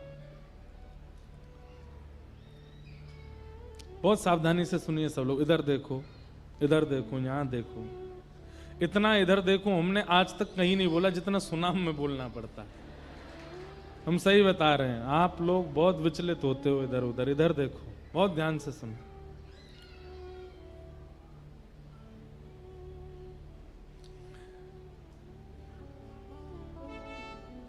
बालक की परवरिश जन्म लेने के बाद नहीं होती। आप बालक को सुधारने का प्रयास कब करते हो? जब उसका जन्म हो जाता है, होने के बाद अब 1 साल का हो गया, उसको ऐसा खिलाना, ऐसा पिलाना, ऐसे पैर छुओ, नानी नाना के पैर छुओ, दादी दादा के पैर छुओ, सब कुछ अच्छा, मंदिर ले जाना, हनुमान चालीसा याद कराना, गायत्री मंत्र याद करवाना, तिलक लगाना, सब कुछ आप परवरिश जन्म लेने के बाद उसकी करते हो। लेकिन फिर भी आप देखते हैं 15 साल की उम्र में आते ही वो बालक अपने आप भटक जाता। फिर आपके बचपन में बहुत अच्छा था, हमारे संग मंदिर जाता, कथा में भी अब पता नहीं क्या हो गया इसको, ना ये प्रणाम करता है ना ये। क्योंकि बालक की परवरिश जन्म लेने के बाद नहीं होती, जब वो गर्भ में होता है तब होती। उस समय मां का व्यवहार, स्वभाव, विचार, आहार जैसा होगा वैसा बालक बनेगा। क्योंकि आप बने बनाए मटके पर आकृति बना सकते हो, बने हुए मटके पर आप बाहर चित्रकला बना सकते हो, पर मटके को आकृति तो तभी दी जाती जब वो गीला हो, तब उसमें अंदर थप्पा मारो, अंदर उसमें हाथ लगा दो, कहीं से चौड़ा कर दो, कहीं से पतला कर दो, कहीं से मोटा कर दो। जब वो निर्माण की स्थिति में होता है तब आप मटके को जैसा चाहो वैसा ढाल सकते हो। एक बार बन जाने के बाद तो केवल आप कलाएं बना सकते हो। आप क्या करते हैं, निर्माण तो बालक तो बन गया, अब उसके ऊपर केवल पेंटिंग कर रहे हो ताकि वो दूसरों को अच्छा दिखे, अच्छा लगे। और वो पेंटिंग ज्यादा दिन तक रहती नहीं, 11-12 साल तक का बालक सबको अच्छा, अरे उनका बेटा सबको प्रणाम करता है, जय श्री कृष्ण बोलता है, राधे राधे बोलता है, कथा में जाता है, लेकिन वही 15-16 की अवस्था में आते ही सब भूल जाता है। क्यों? क्योंकि उसका निर्माण गर्भ के समय पर नहीं हुआ। श्री प्रहलाद जी महाराज, इसलिए हमारी विनती है, वैसे तो बहुत उपाय बताए गए हैं, लेकिन केवल एक उपाय करिए, जिस दिन पता लगे कि गर्भ में एक प्राणी है, उस दिन से माता जी कल एक संकल्प ले लें। क्या? अब केवल भगवत चर्चा सुननी है। कोई फालतू चर्चा चल रही है, 4 महिलाएं बैठ करके किसी की बुराइयां कर रही हैं, उठो वहां से, जितना हो सके भगवत चिंतन करो, केवल वो पाओ ऐसा सोच करके पाओ, वो विचार करो ऐसा सोच करके विचार करो कि इसी से मेरे बालक का निर्माण होगा। आप देखेंगे कि वो बालक राक्षस कुल में होते हुए भी प्रहलाद जैसा निकलेगा। कयाधु मैया को परवरिश करने की तो अवसर ही नहीं मिला, प्रहलाद जी को लालन पालन नहीं कर पाई वो। केवल जब तक वो गर्भ में थे तब तक उन्होंने भागवत का आश्रय लिया, भक्तों का आश्रय लिया, हरि चरणामृत का पान किया, अपने विचारधारा, बुद्धि, मनस्थिति सबको पवित्र किया, और उसी का परिणाम इस पृथ्वी पर रावण बड़ा राक्षस नहीं है, कंस बड़ा राक्षस नहीं है। भागवत जी प्रमाणित रूप से कहते हैं इस पृथ्वी का सबसे भयावह राक्षस था हिरण्यकश्यप। हिरण्यकश्यप जैसा भयावह राक्षस नहीं था। उसके यहां प्रहलाद का जन्म हो गया। किसकी कृपा से? केवल मां के आचार विचार की शुद्धता से प्रहलाद का जन्म हुआ। श्री प्रहलाद जी महाराज धीरे धीरे बड़े हुए। उनके पिताजी ने हिरण्यकश्यप दानव विश्वविद्यालय में इनका एडमिशन करा दिया। इन पिताजी का ही यूनिवर्सिटी थी, वहां दानवी विद्या सिखाई जाती थी, किसको कैसे मारना चाहिए, मंत्र शक्तियों से विशाल कैसे हुआ जाता है, छोटा कैसे हुआ जाता है, किसी को वशीकरण कैसे किया जाता है, किसी का पूरा कुल खानदान घर बैठे बैठे कैसे नष्ट किया जाए, राक्षस विद्या सारी सिखाई जाती थी। तो प्रहलाद जी महाराज थियोरिटिकल तो खूब अच्छे थे, अच्छे से याद करते थे। गुरुदेव जो तंत्र मंत्र बताते थे सब याद कर लेते थे प्रहलाद जी। प्रैक्टिकल करने को कहते थे तो श्री प्रहलाद जी महाराज अपने विद्यालय में तो प्रैक्टिकल भी देते थे। इसको वशीकरण करके दिखाओ तो प्रहलाद जी करके दिखा भी देते थे। क्यों? कर्तव्य नहीं छोड़े प्रहलाद जी ने, लेकिन वो ये विचार करते थे ये सब मेरे देह की क्रिया है, मन से तो मैं श्याम सुंदर का हूं, मन से तो मैं ठाकुर जी का हूं। अभी गुरुदेव को खुश करने के लिए याद करके सुना देते हैं, प्रैक्टिकल करके दिखा देते हैं, पर अपने निज जीवन में उसका बिल्कुल असर नहीं होने देते। आपको पता है ये कला हम सबको आती है। इसको क्या कहते हैं? बनावटी पना। क्या कहते हैं? हम सबको आता है। कई बार जॉब करने वाले जो लोग होते हैं ना, जो नौकरी करते हैं, उस सुबह 7 बजे उनकी एंट्री हो जाती है उनके ऑफिस में, 7 बजे पहुंच जाते हैं और शाम 5 बजे तक वो ऑफिस को ऐसा दिखाते हैं कि जैसे कितने समर्पित हैं उसके लिए। जो जॉब करने वाले हैं वो जानते हैं। बॉस को बिल्कुल पता नहीं लगने देते कि महाराज मन ही मन इनके क्या चल रहा है, लेकिन जैसे ही 5 बजे घर के लिए निकलते हैं, नाश हो जाए, सत्यानाश हो जाए इसका, इसने ऐसे कर रखा है, यूं कर रखा है, त्यों है त्यों है, लेकिन वो दिखाते कैसा है, बहुत अच्छे। जब बाल्यकाल में बच्चा स्कूल जाता है तो यूनिफॉर्म पहनता है, टाई लगाता है, बैग टांगता है, लेकिन उसका मन बिल्कुल नहीं होता। वो बस यही प्रार्थना करता रहता है, हे इंद्र देवता इतनी वर्षा करो कि रेनी डे हो जाए, आज मुझे जाना ना पड़े। तो ये व्यवहार करना सबको आता है, पर करता नहीं कोई। सीधी बात है, संसार के नियमों में व्यवहार का निर्वहन करो, ऐसा व्यवहार करो कि सबको ऐसा लगे कि महाराज ये घोर संसारी है, ये तो घोर संसार के गुण हैं इसके अंदर, पर आचरण में श्री किशोरी जी का नाम, श्री हरि का स्मरण, भगवत कथा, भागवती कथा, वृंदावन, ये विराजमान रहे सदा अंतस्थ में। इसको कौन सी भक्ति कहते हैं? अंतर्निष्ठ भक्ति। कौन सी भक्ति?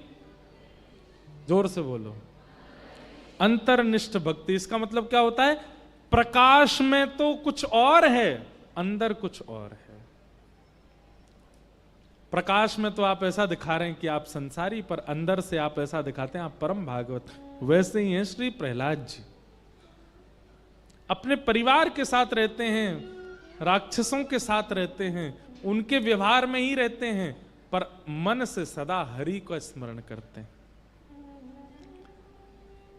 एक दिन प्रहलाद जी महाराज ने ऐसा कीर्तन किया, उससे पहले भी 2-3 बार पकड़े तो जा चुके थे।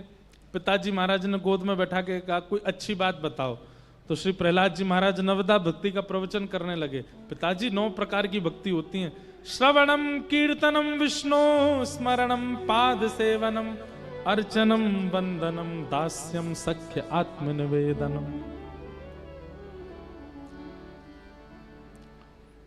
सुनते ही हिरण्यकश्यप ने कहा इसको कैसे भी मारो, इसको मृतक देखना चाहता हूं। सब प्रकार से मारने का प्रयास करा, पर प्रहलाद जी का कोई बाल बांका नहीं कर पाया। विश्वास ठाकुर जी के प्रति। अंत तो गत्वा हिरण्यकश्यप को एक दिन क्रोध आया, प्रहलाद जी को पकड़ करके कहा आज पहले तेरे हरि को मारूंगा और फिर तेरे हरि को मार के तुझे मारूंगा, तेरे सामने पहले तेरे हरि को मारूंगा, बता कहां रहता है वो।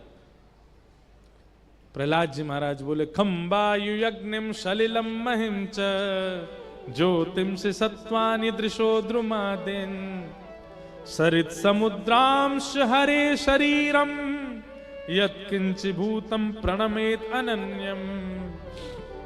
पिताजी एक कण भी ऐसा नहीं है पृथ्वी में जिसमें वो नहीं है। हमारे ब्रज के एक बहुत बड़े कवि हुए, उनका नाम था बिंदु जी महाराज। क्या नाम था? उनकी पंक्तियों में थोड़े उर्दू शब्द होते थे। वो एक पंक्ति गाते हैं, कौन है गुलशन के जिस गुलशन में रोशन तू नहीं, कौन है वह गुल के जिस गुल में तेरी खुशबू नहीं, कौन है गुलशन के जिस। बहुत कठिन शब्द भी होते थे इनके पंक्तियों के, बड़े बड़े आचार्य गाते हैं हमारे ब्रज में। वे गाते हैं ना समझता तो ये ख्वाहिश थी कि कुछ समझूं तुझे, ना समझता तो ये ख्वाहिश थी कि कुछ समझूं तुझे, जब समझ आई तो यह समझा कि कुछ समझूं नहीं, कौन है गुलशन के जिस गुलशन में रोशन तू नहीं। फिर वो कहते हैं, अब ये ना बड़ी फिलोसफर वाली थिंकिंग है, इसको बहुत सोचना पड़ेगा। ना समझता तो ये ख्वाहिश थी कि कुछ समझूं तुझे, लेकिन जब समझ आई तो यह समझा कि कुछ समझूं नहीं, कुछ समझ में ही नहीं आया। यही तो ठाकुर जी हैं, कर्तुम अकर्तुम अन्यथा कर्तुम समर्थ ईश्वर। बिंदु कहता है कि मैं हूं जब जुदा दरिया से है। नदी से अगर बिंदु अलग हो जाए तो ही वो बिंदु कहलाता है। नदी में बूंद होती है? नहीं, नदी से अलग होके ही बूंद का निर्माण होता है। बिंदु कहता है कि मैं हूं जब जुदा दरिया से है। मिल गया दरिया में फिर कहता है कुछ भी हूं नहीं। कौन है गुलशन।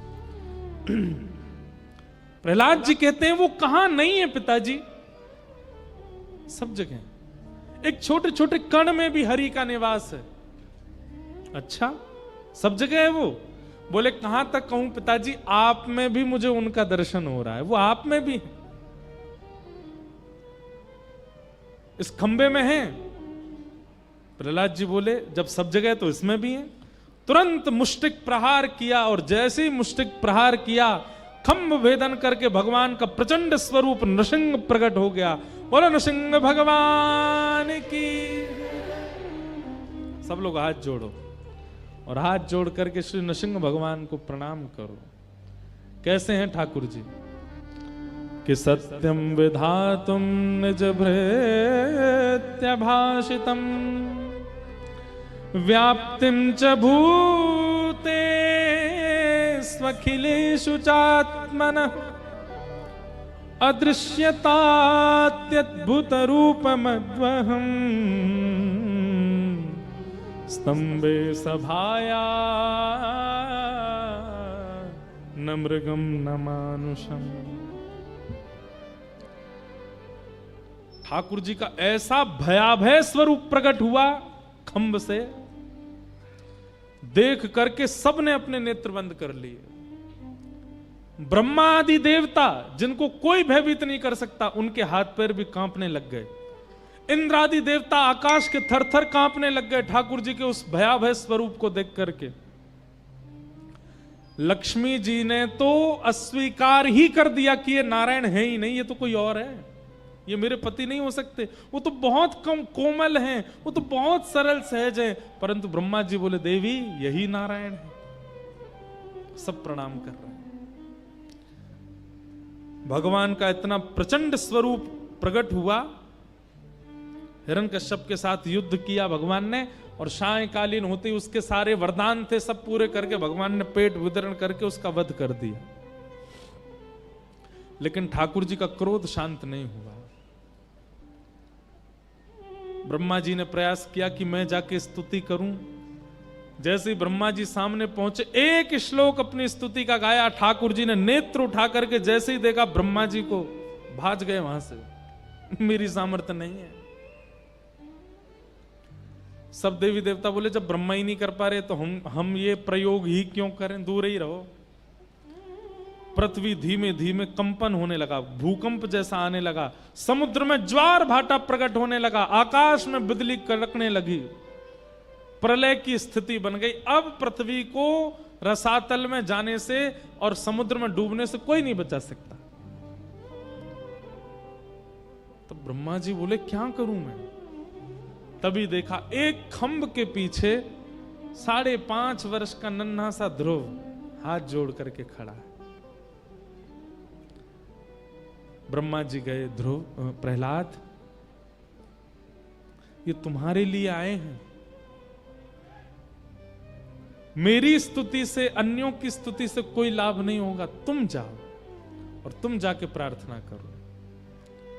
और नन्हे से प्रहलाद जी, छोटे से प्रहलाद जी विशाल विकराल नृसिंह भगवान बैठे हैं सिंहासन के ऊपर, और सामने नन्हा सा प्रहलाद जाकर के हाथ जोड़ करके ठाकुर जी की स्तुति गा रहा है।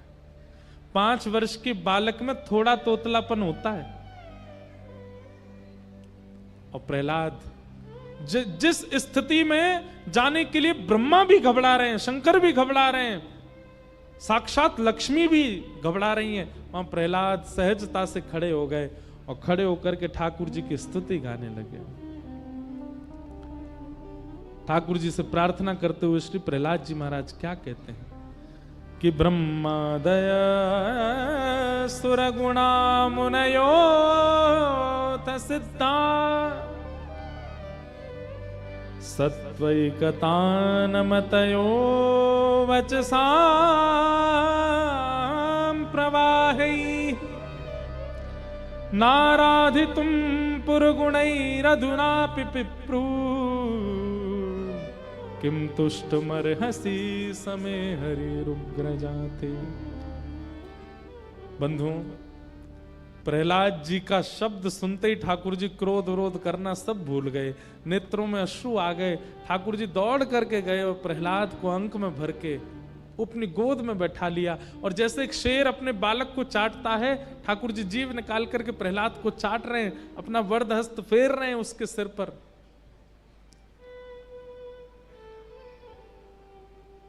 भगवान बोले प्रहलाद मैंने आने में देरी की हो तो क्षमा करना। प्रहलाद कहते भगवान आप कैसी बात कर रहे हैं, आप आ गए यही मेरे लिए सौभाग्य है।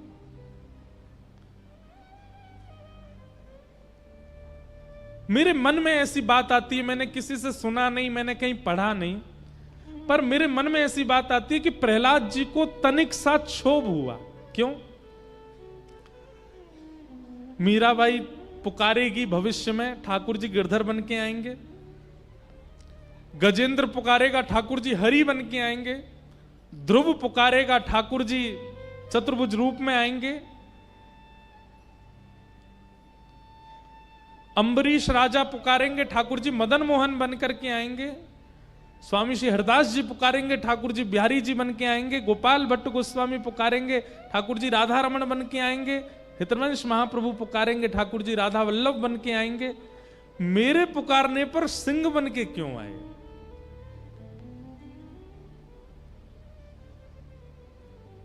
सबके लिए इतना सुंदर और इतना कोमल स्वरूप और मेरे लिए सिंह स्वरूप। ये बात कहीं लिखी पढ़ी सुनी नहीं, मेरे मन में आई ऐसे कि कभी प्रहलाद जी ने शायद ये चिंता जताई होगी कि ठाकुर जी मेरे लिए कोमल बन के क्यों नहीं आए।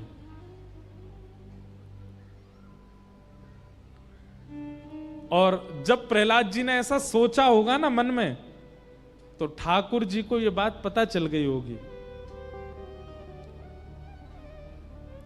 ठाकुर जी ने मन में सोच लिया होगा कि भाई प्रहलाद सोच रहा है कि मैं सिंह बन के क्यों आया।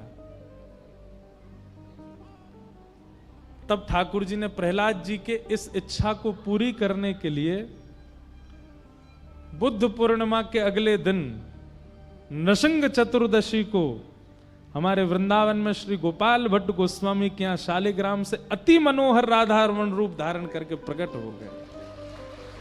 और प्रकट होकर के जैसे, और यही पीड़ा थी, यही वेदना थी, यही वेदना थी श्री गोपाल भट्ट गोस्वामी जी की। वे कह रहे थे, बोले नाथ नृसिंह चतुर्दशी को आप एक छोटे से बालक के लिए खंभ से प्रकट हो गए, मेरे लिए शालिग्राम से प्रकट नहीं हो सकते। ठाकुर जी को याद आया होगा कि भाई प्रहलाद के चित्त की भी वेदना थी कि मैं इतना कठोर बन के क्यों आया। उसी वेदना की पूर्ति के लिए ठाकुर जी इतने कोमल बन के प्रकट हुए। शायद वृंदावन के सबसे कोमल ठाकुर जी होंगे हमारे श्री राधा रमन लाल। ये ऐसा भाव मन में आया कि उस दिन प्रकट होकर के ठाकुर जी ने मानो ये भाव की पूर्ति की होगी। श्री गोपाल भट्ट जो कि हृदय वेदना प्रगट्यो शालिग्राम, गोपाल भट्ट जो कि हृदय वेदना प्रगट्यो शालिग्राम, कौन?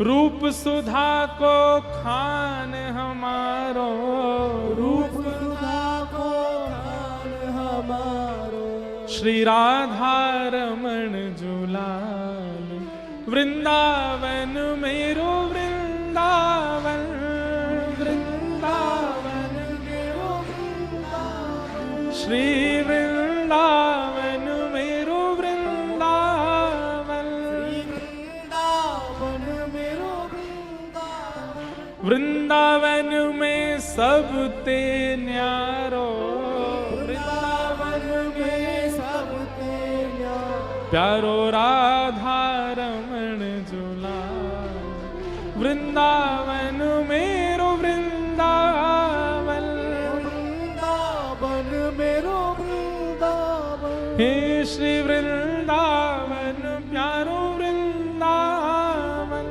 वृंदावन प्यारो वृंदावन, श्री राधा रमण लाल की, श्री नृसिंह भगवान की।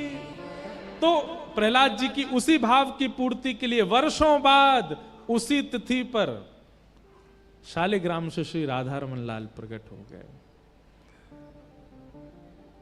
ऐसे प्रहलाद जी ने भगवान की स्तुति गाई, अनेक प्रसंग फिर रहे। हमने तो अभी समय देखा भैया 11:15 बज गए। अब हमने कही चलो जल्दी चलें। हम आगे बंधुओं देवासुर संग्राम, वामन अवतार और प्रभु श्री राम के अवतार का विषय प्रसंग सुनाया। मत्स्य अवतार आदि कई अभी बीच में हैं, सबको हम प्रणाम मात्र करते हैं। प्रभु श्री राम के अवतार की कथा सुनाई गई। एक श्लोक में पूरे रामचरित्र को हम प्रणाम कर लेते हैं।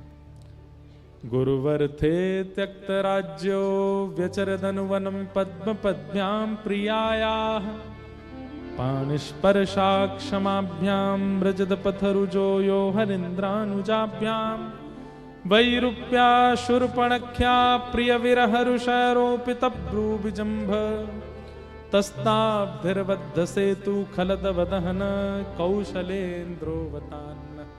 राजा रामचंद्र भगवान की जय। एक सूचना आप लोगों को कथा के बाद मिल जाएगी। अंतिम दिन विश्राम दिवस की जो कथा है वो जल्दी होगी और संभवतः सुबह के सत्र में होगी।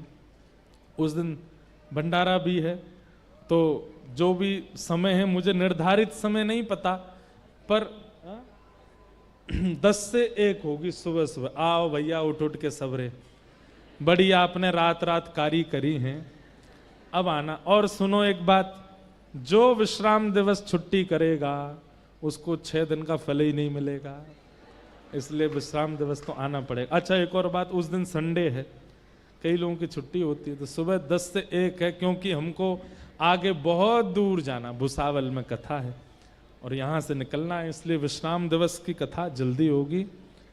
राम अवतार को प्रणाम करते हुए भगवान के चंद्रवंश को प्रणाम किया और अब यहाँ से कृष्ण लीला प्रारंभ होती है। अब कृष्ण लीला सुनाने में इतना समय क्यों लगाया? बोले पहले परीक्षित के चित्त को सगुण, रजोगुण और तमोगुण, इन 3 गुणों से रहित करना था ताकि वो निर्गुण हो जाए। निर्गुण को ही कृष्ण लीला समझ में आ सके। अब इसका विस्तार मैं कल बताऊंगा। 2 श्लोकों में संपूर्ण कृष्ण लीला सुना करके परीक्षित जी को शांत हो गए सुखदेव जी। तब परीक्षित जी ने चरणों में प्रणाम करते हुए कहा, भगवान आपने इतनी सारी कथाएं विस्तार से सुनाई, मैंने सब सुनी, पर जिनकी कथा सुनने के लिए मैं यहां बैठा हूं, अन्न जल तक मैंने सेवन नहीं किया पिछले 4 दिनों में, एक आसन पर बैठा हूं, उनकी कथा मुझे आप सूक्ष्म मत सुनाओ, कृपा करके मुझे विस्तार से सुनाइए। कि कथितो वंश विस्तारो भवता सोम सूर्ययो, राज्ञां चोभय वंश्यानां चरितम परमाद्भुतम। मुझे विस्तार से सुनाइए। तब श्री परीक्षित जी महाराज ने कहा कि परीक्षित, सुखदेव जी महाराज बोले, परीक्षित मैं तुम्हारे चित्त की गति देखना चाह रहा था कि कितना उत्सुक है ठाकुर जी की कथा सुनने के लिए, और अब तुम्हारी उत्सुकता देख करके मुझे लगता है कि तुम ब्रज की लीला में प्रवेश करने योग्य हो। मतलब कल से ब्रज की लीला शुरू होंगी, ब्रज लीला में उत्सुकों को ही प्रवेश है, सामान्यों को नहीं। परीक्षित अब तुम उत्सुक हो चुके हो, चलो। और अब यहां से ब्रज लीला का भाव सुनाया।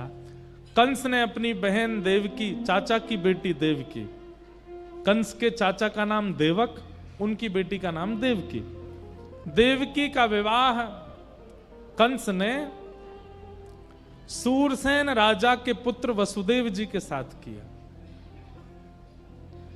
अपनी बहन को विदा करने जा रहा था, तभी आकाशवाणी हो गई कि इसी बहन का अष्टम गर्भ तेरा काल होगा। कई लोग कहते हैं कि देवताओं ने क्यों आकाशवाणी करी, अगर आकाशवाणी नहीं होती तो कंस किसी भी बालक को नहीं मारता। नहीं, देवताओं ने आकाशवाणी क्यों की, उसके पीछे कारण सुनिए। कंस ने कन्यादान किया, अपनी चाचा की बेटी का इतना अच्छा ब्याह किया, विदा करने स्वयं रथ हाँक करके जा रहा था। ये सब कंस का प्रोपोगेंडा था। क्या? मथुरा के लोगों में अपनी छवि बड़ी सुधारी हुई बनाना चाहता था। सब लोग कह रहे थे बताओ देखो इनकी बहन नहीं है तो चाचा की बेटी का कितना अच्छा ब्याह कर रहा है। ये देखो अपनी अपनी इतने सैनिक होते हुए भी रथ खुद चला रहा है। सब लोग कंस को एक प्रकार से मसीहा मानने लगे थे, बहुत अच्छा लग रहा था सब लोगों को कंस। तब देवताओं ने मन में विचार किया, बोले भैया इसके असली रूप को दिखा दो।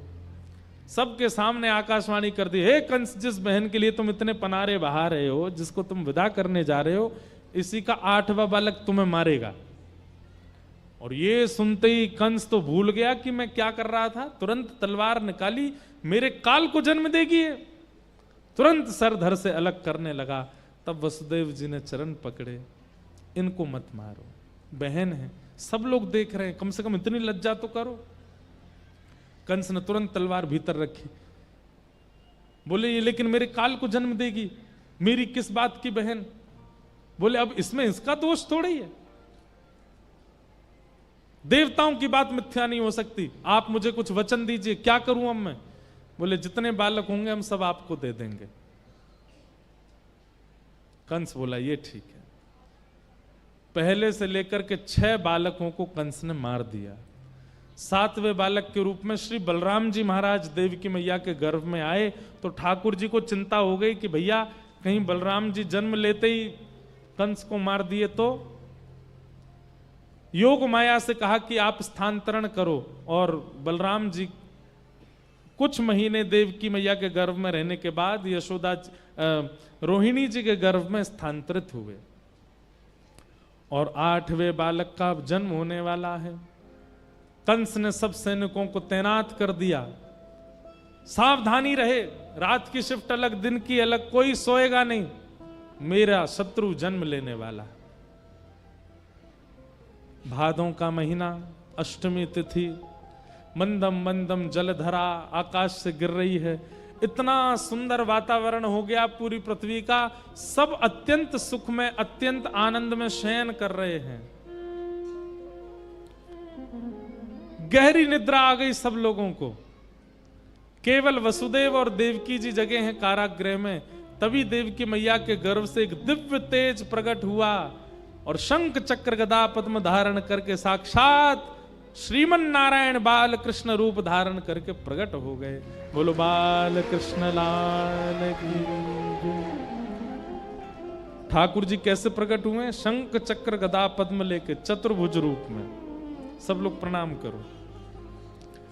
तमद्भुतम बालकमंबुजक्षणम चतुर्भुजम शंख गदार्युदायुधम श्रीवत्स लक्ष्मम गलसौभकौस्तुभम पीतांबरम सांद्रपयोदसो भगम।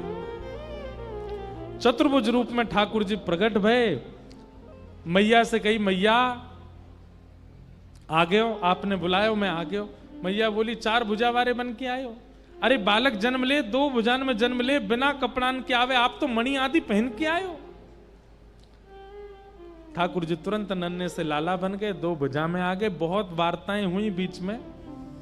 ठाकुर जी ने आज्ञा करी, मोकू गोकुल पहुंचा दो, 11 वर्ष 56 दिन लीला करके फिर मैं आऊंगा वापस।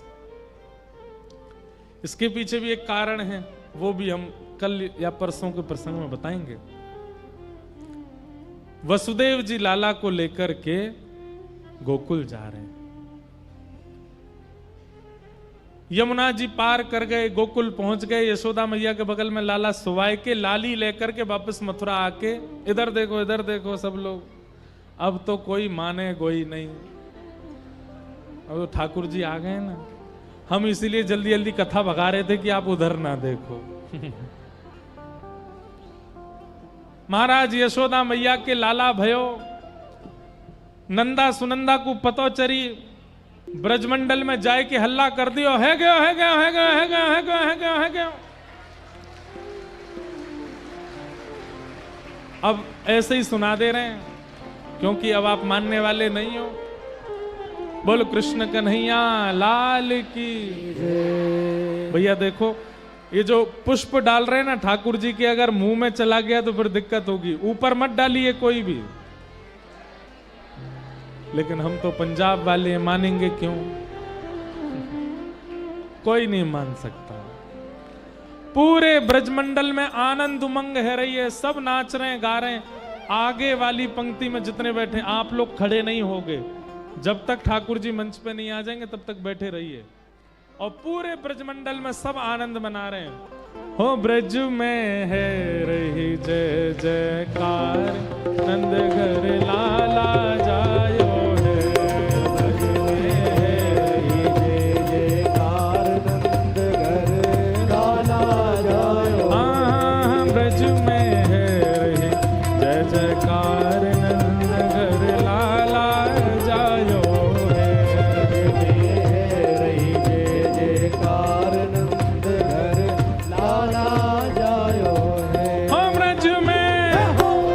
ऐसी जय हो, भुजा उठाओ दोनों और पूरे बेग से बोलो, हो ब्रज में, हाँ ब्रज में, हो ब्रज में है जय जयकार, नंद घर लाला जायो है। ब्रज में है जय जयकार, नंद घर लाला जायो, लाला जायो है। नंद रानी ने लाला जायो है, लाला जायो है। नंद रानी ने लाला जायो है। अरे हाँ, लाला जायो है, यशोदा ने लाला जायो है। लाला जायो है, यशोदा ने लाला जायो है। ओ ब्रज में, हाँ ब्रज में। देखो एक बात सुनो, हमारी जय हो इतनी जोर से होना चाहिए कि आपकी जय हो सुन के ये रोज आए, तो मानेंगे आपने जय हो बोली। हो ब्रज में कुछ असर नहीं हुआ अभी तक तो। हो ब्रज में भैया, हमारे ब्रज को ना है ना, ये तो पंजाब को ही है लाला। हमारे बिहारी जी तो घंटी सुन के डर जाए, या हमारी आरती में घंटी ना बजे और रोग रोग रो। वाह वाह, बधाई हो। हो ब्रज में, हाँ ब्रज में, हो ब्रज में है।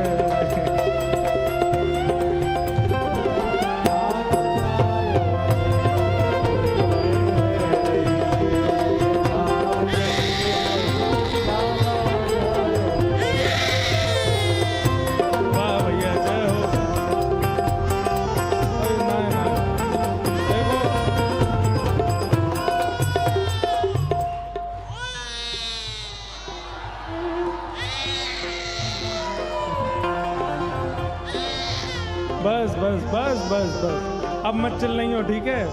अब भुजा उठाओ सब लोग का।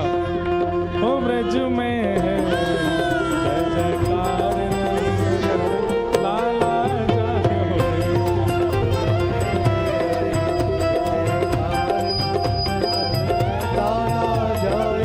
लाला जायो है। नंद रानी ने लाला जायो है। नंद रानी ने लाला जायो है। हो ब्रज में, हाँ ब्रज में, हो ब्रज में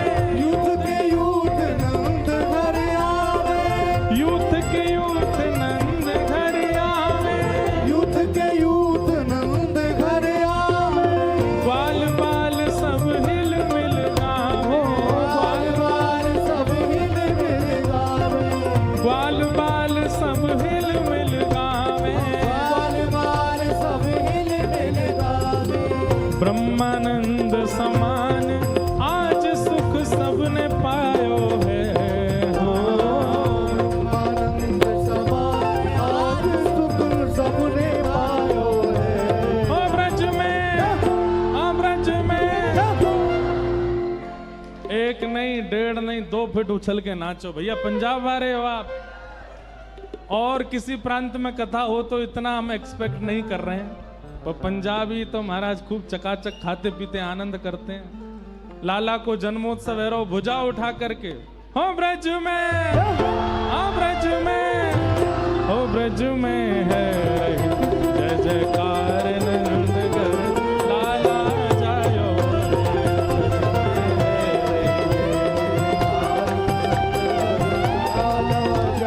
नंद घर आनंद भयो, नंद घर आनंद भयो, यशोदा के लाला भयो, नंद घर आनंद भयो, नंद घर आनंद भयो, आनंद घर आनंद भयो, यशोदा के लाला भयो, नंद घर आनंद भयो, आनंद घर आनंद भयो। हो ब्रज में है रहे जय जयकार नंदगर लाला जायो।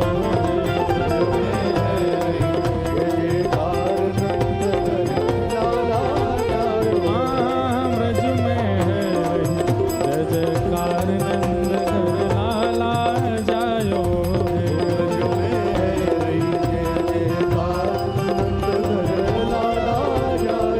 ब्रज 84 कोस में भैया, ब्रज 84 कोस में भैया, सब कहे धन्य यशोदा मैया, सब कहे धन्य यशोदा मैया। क्यों 80 साल की आयु में सुत ऐसो जायो है। हाँ,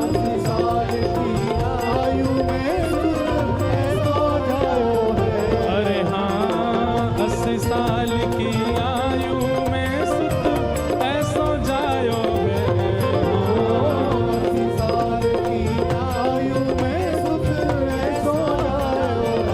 हो ब्रज में, हाँ ब्रज में, हो ब्रज में है जय जयकार नंदगर लाला जायो।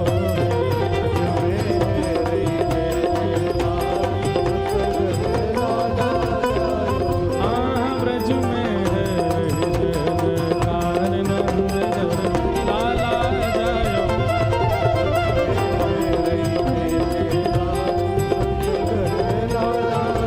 बोल नंद के लाला की।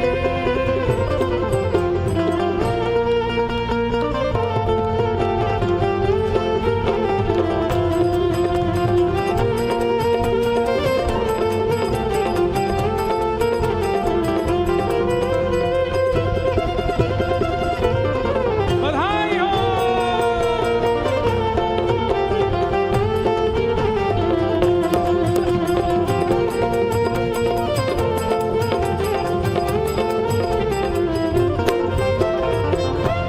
दोनों भुजाएं उठाइए सब लोग।